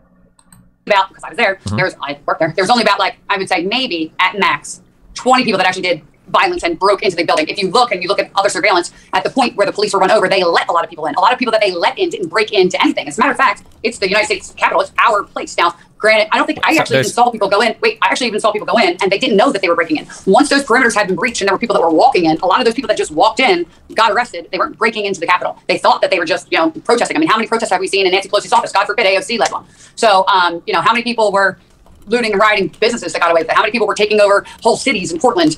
Some more whataboutism. With armed people walking around jazz. I mean, it's not even comparable, the level of how many people caused violence on one side to one incident. And you're going to say that the threshold is what worse because it's the federal building. Well, I would say that it's worse that they're taking it to Congress and the people that represent them. Everybody An insurrection is not worse than like a protest or a riot. It's crazy. else is just slamming their neighbors and hurting businesses in their own communities and affecting people who don't really have anything to do with it. Sure. So just so we're clear here, this got to be a euphemism thing. People were breaking into the building. No, they weren't breaking in. They were just walking in. Like, in fact, it's actually our building. So, OD. As a real quick, so I do agree that looting businesses and destroying those places are bad. That's why over 14,000 people have been arrested relating to the George Floyd marches, which is good. People were not let into the Capitol building. People violently broke down the doors. There's so much video available. Real quick, so people violently broke down the doors. We've all seen videos of this, of all the things that the Trump want to try to. All the things I do want to give you a chance to all the things that Trump will try to rewrite history, and I don't know why this is the one you would choose. We've all watched the videos. A lot of us happened to watch it on a live stream. Police do not just let people in. In that case, you know less than we do then because you didn't see all the different videos. You only saw your one perspective. So I'm glad to help you understand this. So if you go back, this is my favorite part of the entire debate. This is the best. This is the best burn Destiny had. all the things that Trump will try to rewrite history, and I don't know why this is the one you would choose. We've all watched the videos. A lot of us happened to watch it on a live stream. Police do not just let people in. Oh, in that case, you know less than we do then, because you didn't see all the different videos. You only saw your one perspective. So I'm glad to help you understand this. Actually, so if you go back and you look at any of the comprehensive videos that have been put together on how the Capitol building was breached by rioters, which it was, you can absolutely. I've seen so much about this. I promise you. Have you not seen the video of cops letting them in? Letting them in, say, okay, I don't agree with you, but go ahead. Have you not seen the ones where they like open No, the question would be, the question respond, did you not see the videos of some people breaking windows and breaking doors and going into it? There was breaking and entering too. Gates or whatever? No, outside. Yeah, we're so cool. Door to the inside of the Capitol. Yes, so there is one. I don't need to see your video because I've probably already seen it. There's one where a black officer is opening a door and letting them through parts of the building, but that's because he was trying to prevent them from getting to and murdering other lawmakers by leading them into other parts of the Capitol that weren't as compromised. First of all, not everybody there had no weapons. Number two, there were people there with handcuffs and stuff. Number three, you can shake your eyes. Zip ties. I mean, all you want, but if it was Muslims invading the Capitol or black people, you would be fucking up in arms right now. You'd be out there on the streets screaming that these people should have been arrested, blah, blah, blah, blah, blah. You could pretend otherwise, but every single person listening to this knows that you would absolutely lose your shit if Antifa went into that. Gotta move on. He's making a good point. Why would you stop him now? building instead of a bunch of people wearing MAGA hats, you would be out of your fucking mind. Wait, and then just real quick, because she said a couple other like fake things. I'm sorry, fuck, I just have to count these points because it's so wrong. She's lying about so many things. Number one, it's not our place. It's not our place to just have any random insurrectionist or rioter walk into a Capitol building when there is an incredibly important political process going on. Not anybody to stroll through the Capitol building while there are actual lawmakers that are voting on things. I don't know if you think that every single technically the federal gold reserves are our money. That doesn't mean that anybody can just stroll in and take whatever they want. Okay, number one. No, I can't slow down. You just said like 30 false things, okay? AOC did not lead any protests in Nancy Pelosi's office that were anywhere near comparable to people walking in with handcuffs, scrolling through the federal building, live streaming, saying they were going to find and kill Mike Pence, and then people that are looting businesses aren't getting away with it. A lot of them being charged. It's not that he's gish galloping. She was gish galloping, and I just realized he pointed it out. She did bring up like a whole bunch of different points. He just went on, and he's like addressing them all. If you think that there are individuals that are being charged in an unfair manner, then number one, you must be really upset with Trump because a lot of those federal judiciary picks are literally his. And two, you're welcome to go through any of the charges that you want and say, hey, this guy, I understand everything you're saying. Trust me. You can go through any of the charges. Shouldn't move on. I hate this guy. This charge is unfair. If it's not, I love him, but no, I hope that they beat it in court. All right. Yeah, so do I. But I just want to make it clear for the record that if she's going to go, I'm going to go again, James. Just letting you know. That anybody that violated anything, that anybody that broke any property or actually physically barged into the Capitol should absolutely 1,000% be arrested. They were my coworkers and my friends in there. Okay, my boss was in there. My friends were inside at the time, actually in the Capitol. And so, no, I think that that was horrendous. Do I think that there were a lot of people who, after the break-in happened, that just filtered in, thought they were like sightseeing or something? You should see there was like an 82-year-old grandma. I do not think that people like that 82-year-old grandma should be in jail for 6 months without a trial. Sorry. I hope he brings it to the point. I think he does.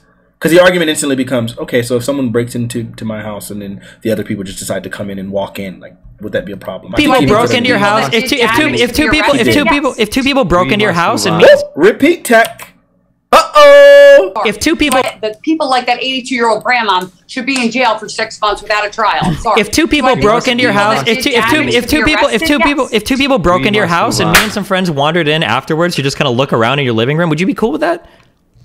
I'm telling you, the fact is I didn't think so. Did not know that they were. She's not even going to entertain avoiding the question. All the people around, they had no idea what was going on. They were just, that's amazing. Okay, let's move on to the next one. Okay, we're going to the next one. Thank you guys very much. Also, Bubblegum Gun says, despite cops not being racist, quote, law enforcement has to be racist because they enforce based on stats, and the stats show, despite making up 13%, et cetera, et cetera. Do you guys get that? That's my argument, so I guess that's up to him. Yeah, there's going to be some disproportionate enforcement based on the crime stats. I think that's totally fair. If 40% of 20% of the population is committing, like a large number of crimes, there's going to be more enforcement there. But just because somebody's committing more crime than another group doesn't mean that you can infinitely enforce hard on those people. That's why you just have to try to look at the data and contextualize everything. Like, is the level of enforcement fair based on the percentage of these people you'd expect to be committing the crimes? I'm not going to sit here and argue that it should be exactly the same across the board for every race, for every age. Like, that would be ridiculous to do that. I would never make that argument. You got it. Bubblegum Gun says, police are to keep the classes in check, not safety. It's a stupid lefty communist talking point. This guy's a dumb. Next up, Will Stewart says, Destiny, can you provide a study or evidence that says Asian immigrants are wealthy when they arrive? I didn't come with that number offhand. If you want to go and read on that, like immigration is something I've debated a ton of the past. That's like nobody would contest that. Nobody that spent any amount of time in California or any place in the United States where Asian people immigrate to would ever contest that. It's like such an obvious no-brainer. But if you're welcome to go and look up the stats of like the wealth that immigrants have entering this country, you can do that on your own time. Or if you want, you can hop on my stream. We can go look it up afterwards. Like, this is just something that I'd never even would imagine I would need to provide evidence for. This is like me saying offhand that like men are more likely to do serious damage to women in a domestic violence situation versus women to men. And somebody like, you source for that? Can you source that? Like, no, I can't fucking source that. But I mean, like, this is so obviously true that somebody that immigrates like across the Pacific Ocean to come to the United States to send their kids to school is probably going to be more wealthy on average than the people that throw themselves with the fucking railings and kill themselves trying to build like Nokia phones for you. I thought that would be obvious, but maybe it's not. So next time we'll come with those numbers prepared. Next up, Will Stewart says, he's coming after you, Dusty. He says, as someone who lived in Asia for 13 years, wealthy classes in Asia do not immigrate. They stay because they are wealthy. The lower middle class immigrates as they can't move classes easily in Asia. Wow, base. Well, if he's lived there for 13 years, I mean, he must be correct. And Jonathan Kelso says, actually, holy shit, if wealthy Asian people moved over to the United States, why wouldn't just all of their leaders move over? Maybe every single wealthy Asian person should move to the United States. I didn't actually even think of that. My bad. I fucked up. That guy got me hard.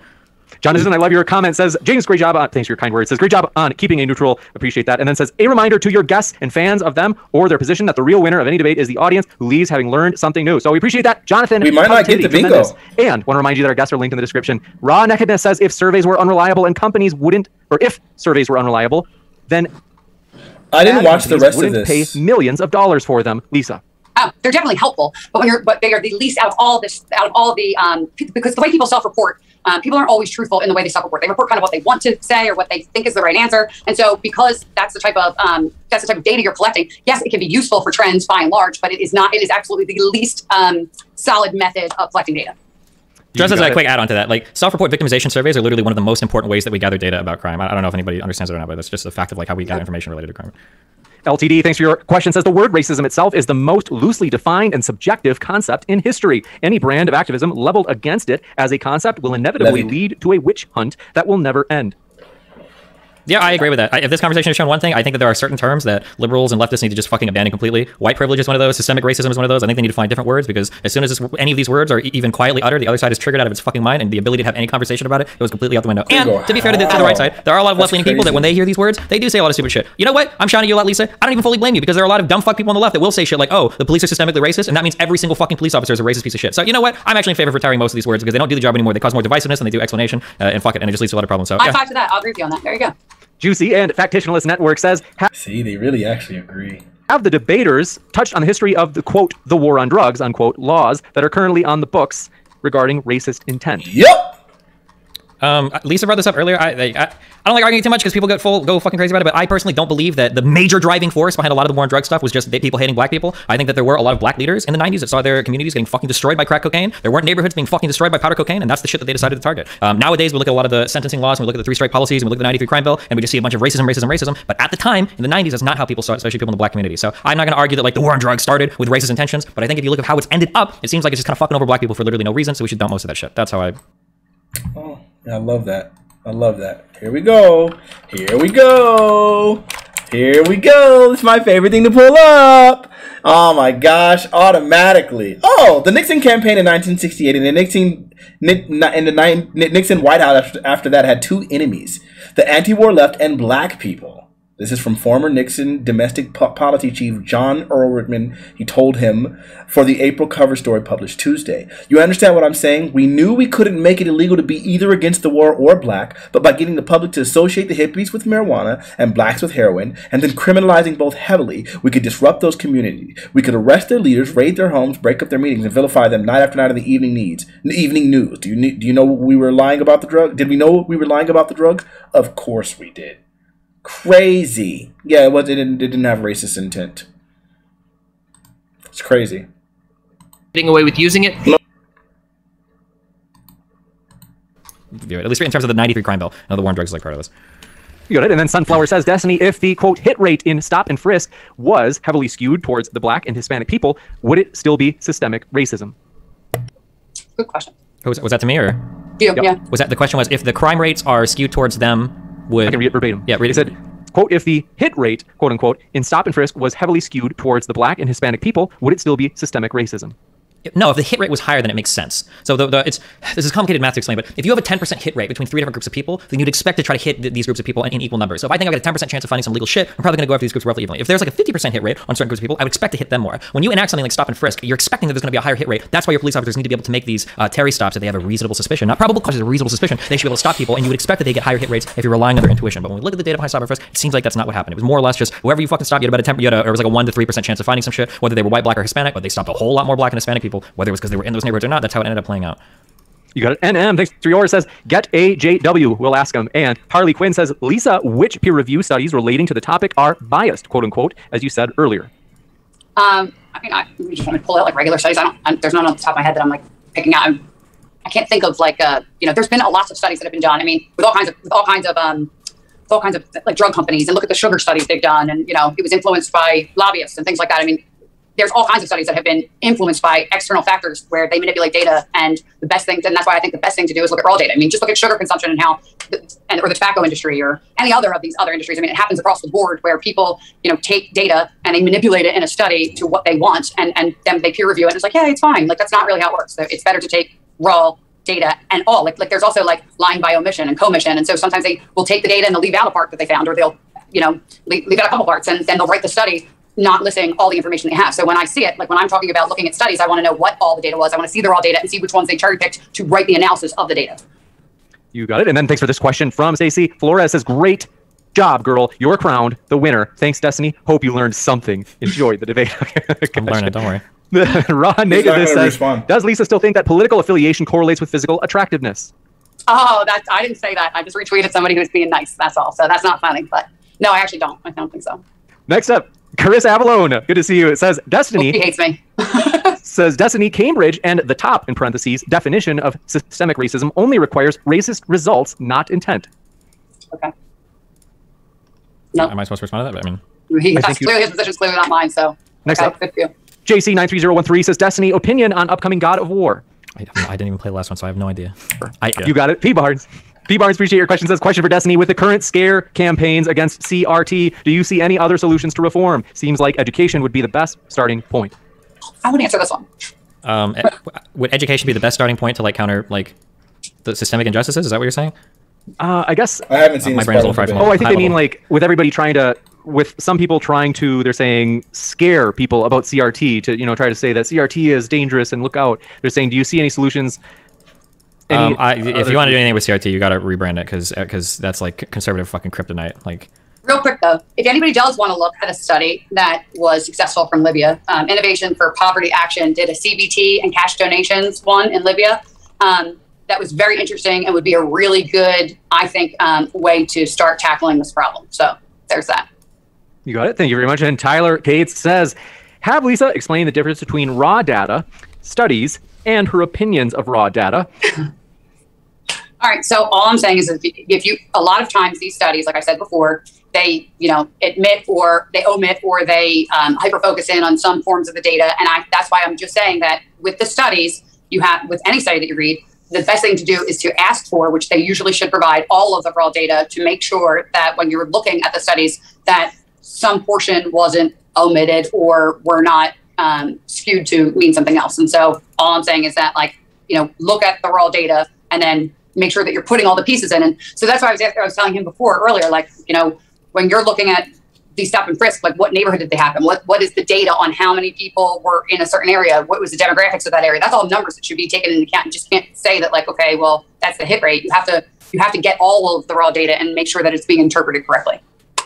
You got it. And thank you very much for your question. This one coming in from Rumpley Depew says, Destiny saying that whites and blacks smoke pot and use drugs at similar rate, but that more blacks are in prison is a bad argument. And they say people are rarely in prison for smoking pot, and incarceration is from selling and RICO charges.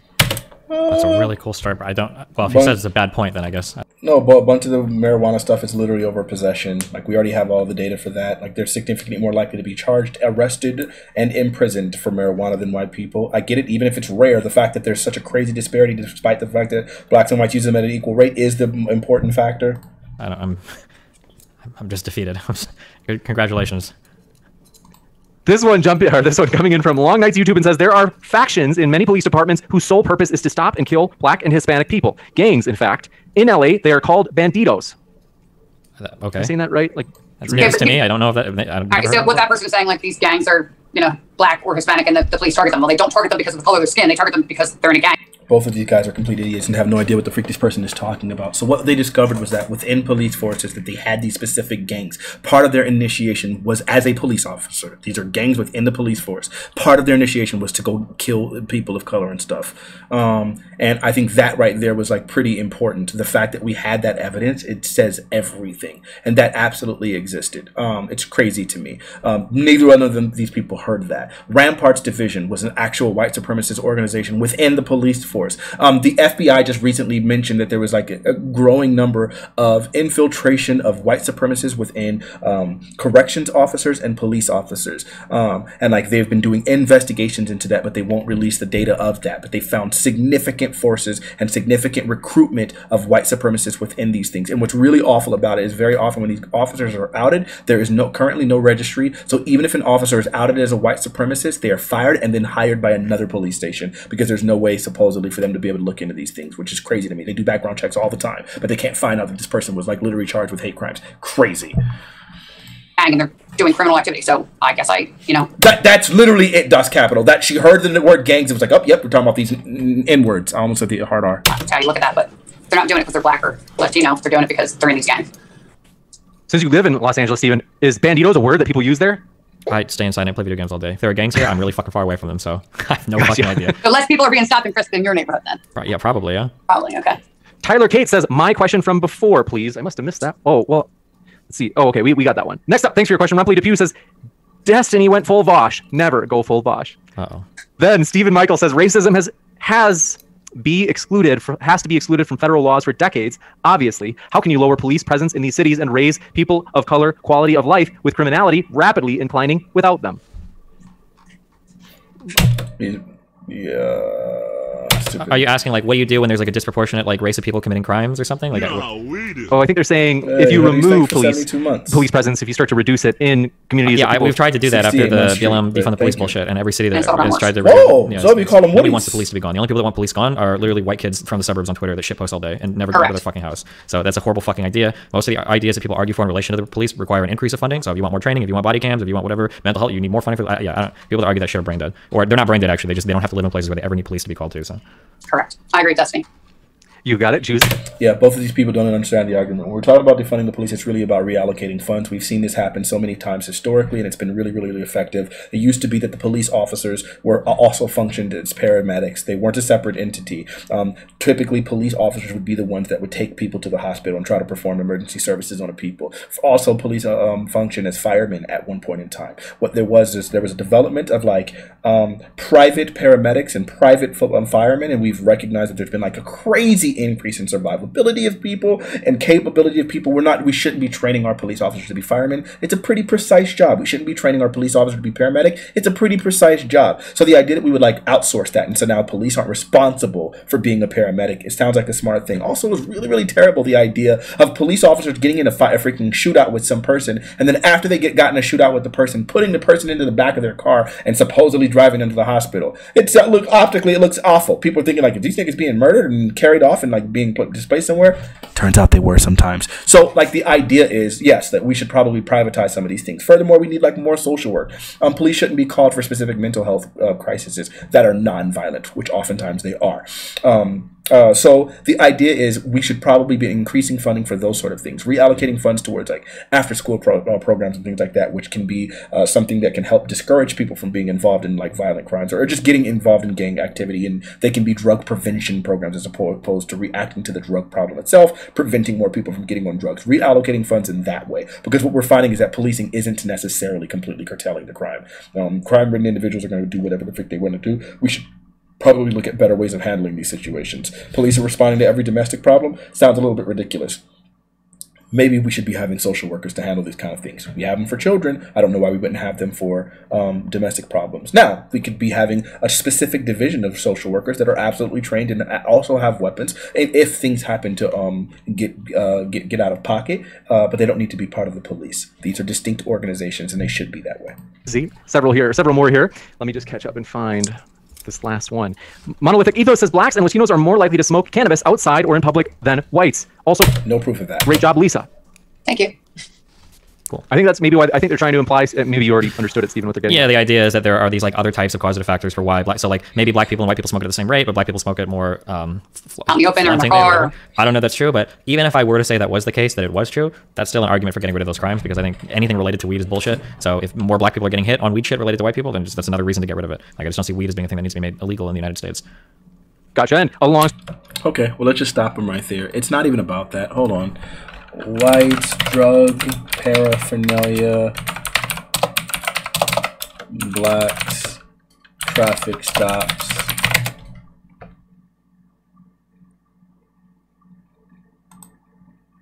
Police are searching black drivers more often but finding more illegal stuff with white drivers. For years, police records have shown that black drivers tend to be less likely than white drivers to turn up with guns or drugs when searched at traffic stops. At the same time, black drivers are 3 times more likely than white drivers to be subjugated to these searches, according to the 2013 federal survey. You might object or not to the idea of racial profiling, officers taking race into account when determining whether to stop and scrutinize someone. But few would endorse racial profiling. That clearly doesn't work. It's apparent, though, that ineffectual, biased policing continues in many places. More black people are stopped and searched for contraband, while more white people are found with it. The police, it seems safe to assume, want to do their job most effectively. So the puzzle is, why are they continuing to search drivers in an inefficient way? The question gained new urgency after the New York Times published on Sunday a story that assembled records from 4 states that keep track of who gets searched at a traffic stop and whether anything was found. When drivers got pulled over, the police may request to look inside the car if they suspect there might be guns or drugs.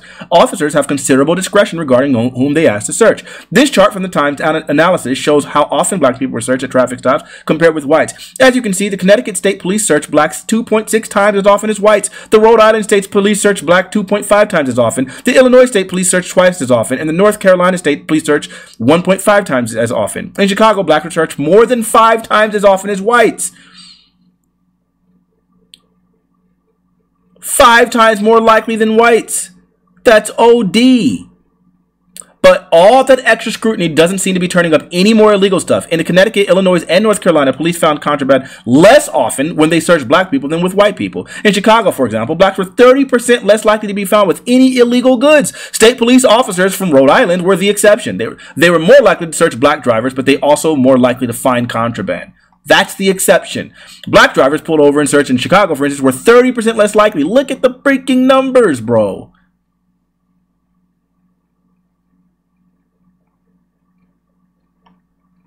I don't know what these numbers were. I got you. Okay, 30%. Okay, I got you. 40% less in Connecticut.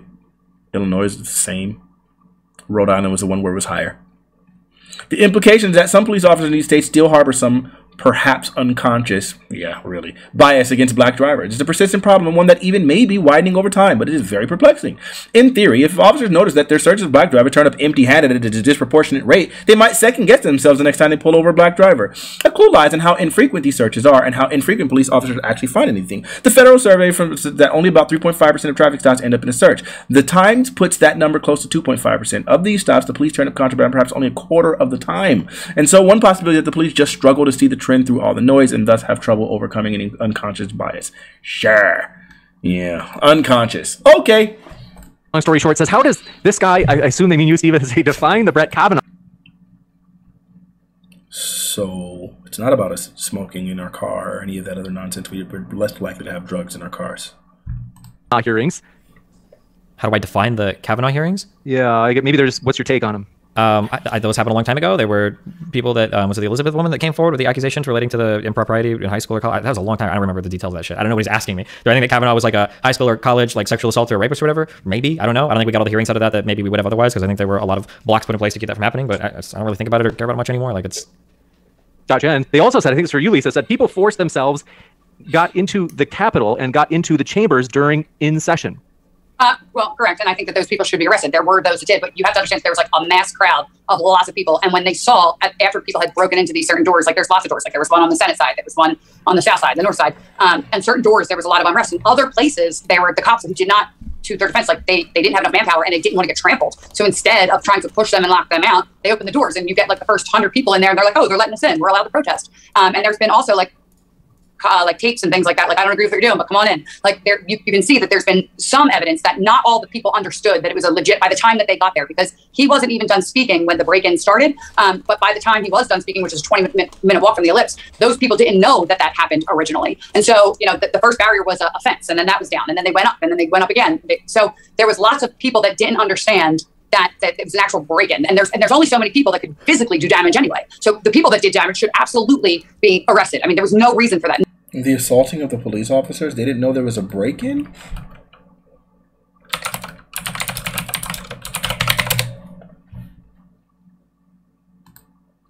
So we're going... None of they didn't know.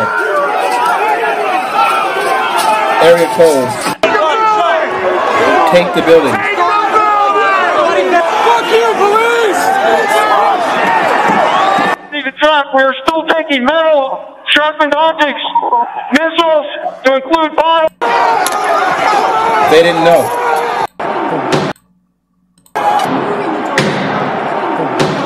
They didn't know. Okay, guys. They didn't know. They didn't know. Police there trying to block them. They didn't know. Your hands up.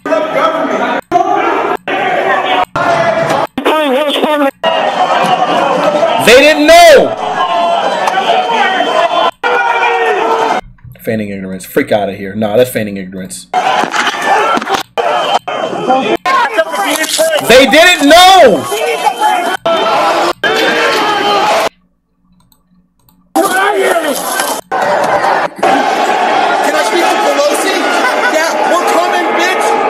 He didn't know. We're coming for you too, fucking traitor. He didn't know.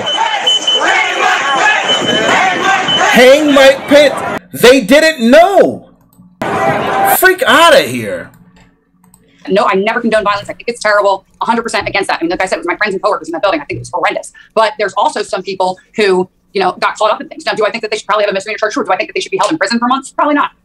There's a skit where Dave Chappelle is talking about his white friend Chip, and his friend is drunk, he's high, they're driving down the street, and they get pulled over by the cops, and Chip is like, watch this is how I get out of problems as a white person. And Dave is scared shitless, like, oh fuck, what are you gonna do? And then the cop comes to the window, and Chip goes, I didn't know, I couldn't do that. And he gets off scot-free. That was like that version of that story is what I just heard. In terms of, well, they walked into the Broken and Capitol building, they had no idea they couldn't be there, there were cops and rioters fucking everywhere, and people were crazy, but they didn't know. That's just very funny to me, I'm sorry. I'm not saying that ignorance for laws is an excuse, because clearly it isn't. I'm just saying that the amount of time that people have been held that have been arrested for the level of what they have done is completely astronomically different compared to what happened with the BLM riots and how they have been turned out and how politicians have been saying they're going to bail them out and there was funds set up for them. I mean, you can't say that that's the same as what's happening. You just can't. It is if they brought it to a higher level for political optics than anything else. If I'm being like, and this is just the thing that just breaks my fucking mind, and it's why I don't. This fucking country is doomed because of you guys, the Trumples.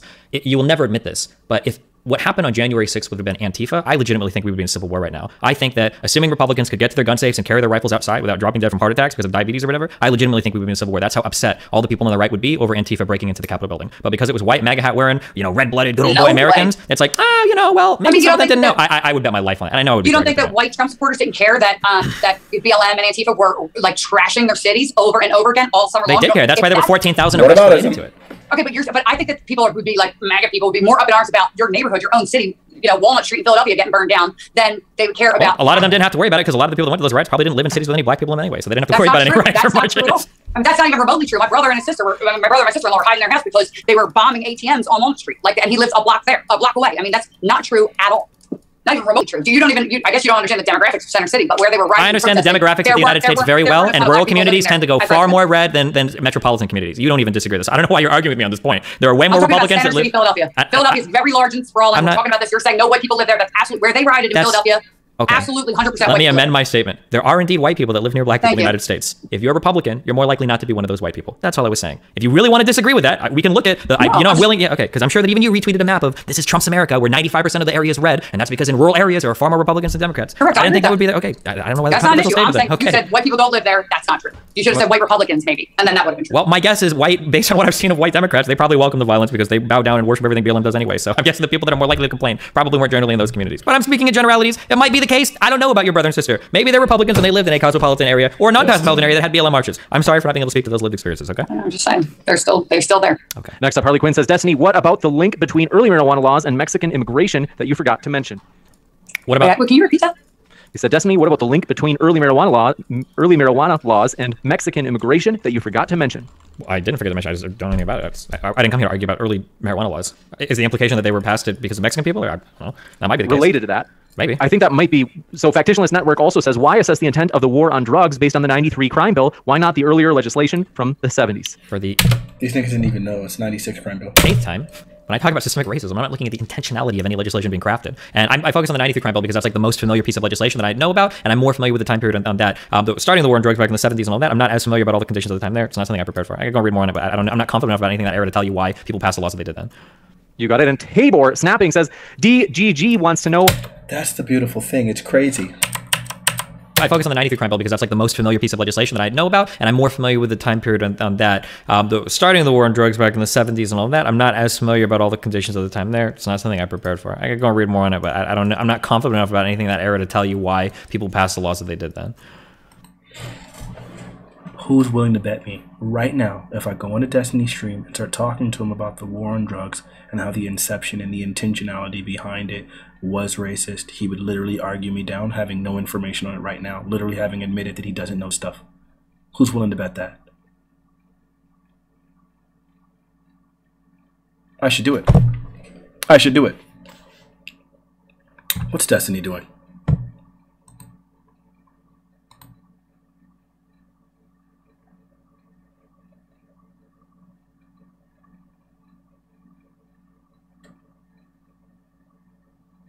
Is he not on? He's not on. The next time he's on, watch. I guarantee it. Hey, we got a new black chick. that other people have, and so we take anything we can get. Velvety? Right? Yeah, absolutely. And it's going to be a Priestess? major step for me, so I'm super excited, to be honest. I'm extremely excited for you. That's amazing. All right. So, we'll get started.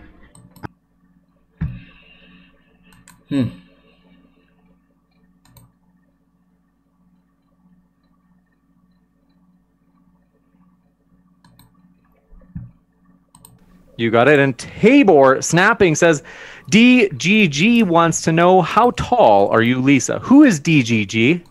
I don't know who that is, but I'm 5'11". I didn't hear the first part. I don't know who that person is, but I'm 5'11" for anybody. Gotcha. Steven, do you know who DGG is? Is that one of your friends? It's something that gets spammed a lot on Twitch. It might come from XQC's community, but I don't know what I mean. Straight face. Yours says great points on the war on drugs, Destiny. You didn't win, but you're still a winner.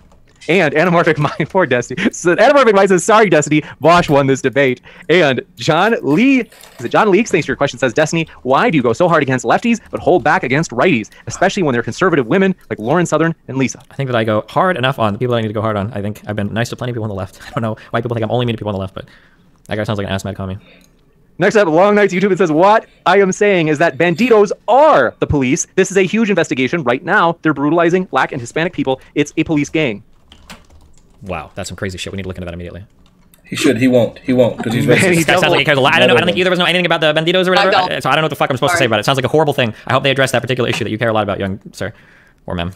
Manny004 says, sorry, Destiny, but Sid from Ice Age won this debate. And then Will Stewart says, Destiny, I'd love to talk to you about the misnomer of Asian immigrants being quote-unquote wealthy. I think the concept is based in Western superiority that assumes wealthy Asians find value in Western life. Wow. I'll make sure to head over to the Hoppa forums afterwards and find that guy, okay? Juicy. And let me see if we've got any last ones. We've got Tyler Cates, thanks for your question, says, can Lisa count the stars on that flag without turning her head? Is there a flag? 13. I don't even see it. It's the Betsy Ross flag. Oh. Next, Bubblegum Gun says, Lisa, let's see, pretty and Destiny not. Lisa, let me slide into your DMs. Nasty guy. Long Nights YouTube and says they blasted tear gas at BLM in front of what church for Trump? BLM and Antifa would have gotten murdered if they stormed the Capitol. This is a fact. They had tear gas at the Capitol, plenty of it. They explicitly did not. That's why they had to wait like 5 hours for it to be brought in. You didn't notice, like, Richie McGinnis had, who was a reporter, had tear gas all in his face. The people that I actually got some of their footage from was this elderly couple who were walking upstairs because he was so heavily tear gas. I said, were you inside? He said, yes, and I got my footage from them. I mean, there were plenty of people that were extraordinarily tear gas. Maybe tear gas by the writers themselves, but I mean, like, no, like you can listen to the recordings of the police calling for backup. You can go and watch all the footage. I don't know what you watched, but initially the police were not prepared to deal. Police were not prepared for that. Pepper spray, maybe, but not tear gas. That riot gear wasn't brought in until well after that. Well after the invasion and everything. The initial break was at like around 1 o'clock, I believe, and then it was brought in later. But it was absolutely deployed when they had it. And yeah, afterwards, yes, afterwards. Pepper spray and tear gas are two different things. To be fair, there was constant protest with Antifa over and over and over again for multiple days at a time in Washington, D.C., so that they got to be prepared when it finally was deployed. After they burnt the church down, the tear gas was deployed the next day. So let's not get into some. Yep, material squirrel. It's about making sure we know what happened, and Antifa didn't break into the Capitol building. This one from Stacy Flores. The church across from the White House. Stacy Flores says, Destiny, don't you remember lefties swarming the building, chasing down lawmakers, even stopping Kavanaugh hearings? No one shot or arrested. Right. I don't remember watching. I'm sure there probably were some protesters, but I don't remember seeing riots of massive amounts. No one. I don't know what you. This McGinnis had. This LM in front of what church for Trump? They had tear gas at the Capitol, plenty of it. But they explicitly did not. That's why they had to wait like 5 hours for it to be brought in. You didn't notice, like, Richie McGinnis had, who was a reporter, had tear gas all in his face. The people that I actually got some of their footage from was this elderly couple who were walking downstairs because he was so heavily tear gas. I said, were you inside? He said, yes, and I got my footage from them. I mean, there were plenty of people that were extraordinarily tear gas. Maybe tear gas by the writers themselves, but I mean, like, you can listen to the recordings of the police calling for backup. You can go and watch all the footage. I don't know what you watched, but initially the police were not prepared to deal. On my friend James, who was wearing a face mask. Police were not prepared for that. Like, pepper spray, maybe, but not tear gas. That riot gear wasn't brought in until well after that. Well after the invasion and everything. The initial break was at like around 1 o'clock, I believe, and then it was brought in later. But it was absolutely deployed when they had it. And yeah, afterwards, yes, afterwards. Pepper spray and tear gas are two different things. To be fair, there was constant protest with Antifa over and over and over again for multiple days at a time in Washington, D.C., so that they got to be prepared when it finally was deployed. After they burnt the church down, the tear gas was deployed the next day. So let's not get into semantics here. It's not about semantics. It's just about making sure we know what happened. And Antifa didn't break into the Capitol building. This one from Stacy Flores. So he's not going to hold her. He's never going to get her to concede the fact that they didn't originally have tear gas. It's someone who was sprayed with pepper spray. He just lets her get away with it. Church across from the White House. Stacy Flores says, Destiny, don't you remember lefties swarming the building, chasing down lawmakers, even stopping Kavanaugh hearings? No one shot or arrested. I don't remember watching. I'm sure there probably were some protests, but I don't remember seeing riots of massive amounts of lefties storming the building saying they were going to kill lawmakers. There might have been a few. Well, they actually secured up glued up or something, a building in a police building, I think it was, in Portland, tried to set it on fire, and none of them got, stormed, or there was no whatever you're calling for, Destiny. Like, it doesn't happen. And that was BLM and Antifa. If they set police building on fire, they should probably be held accountable for it. But with police in it, they tried to set them on fire with them in it. Yeah, well, they should probably be held accountable for that. But you didn't hear about that because it's not mainstream media news, but that's okay. It's crazy. Yeah, they should be held accountable for it if they set a police building on fire. Same conversation with Destiny that him and I had is where he argued the fact that people should be allowed to protest against police buildings and things like that because those are the institutions that they feel completely whatever. So he has a problem with them rioting, all the other things, but he doesn't have a problem with them necessarily assaulting police buildings since that's where they feel that they're being attacked from. It's crazy. But now they should be arrested. Probably did hear about that. I've covered a lot related to riots. I'm not in favor of any of them.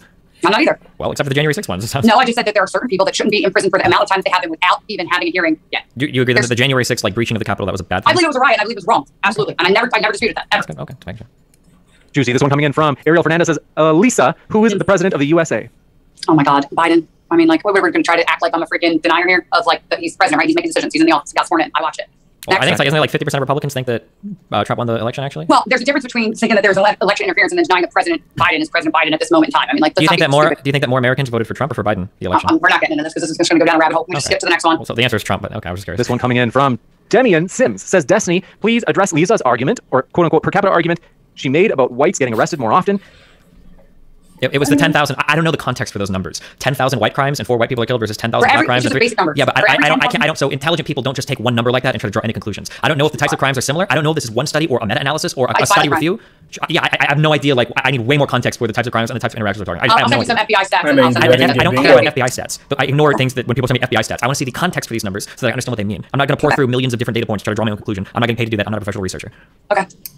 Gotcha. And let me just check for any last questions. We want to remind you folks, our guests are linked in the description, and we certainly do appreciate them, folks. And so we do want to encourage you to show them some love. You can click on those links down below. And with that, we're going to let them go as their time is valuable. I want to say thanks so much, Lisa and Stephen. It has been a true pleasure to have you on for a very juicy debate tonight.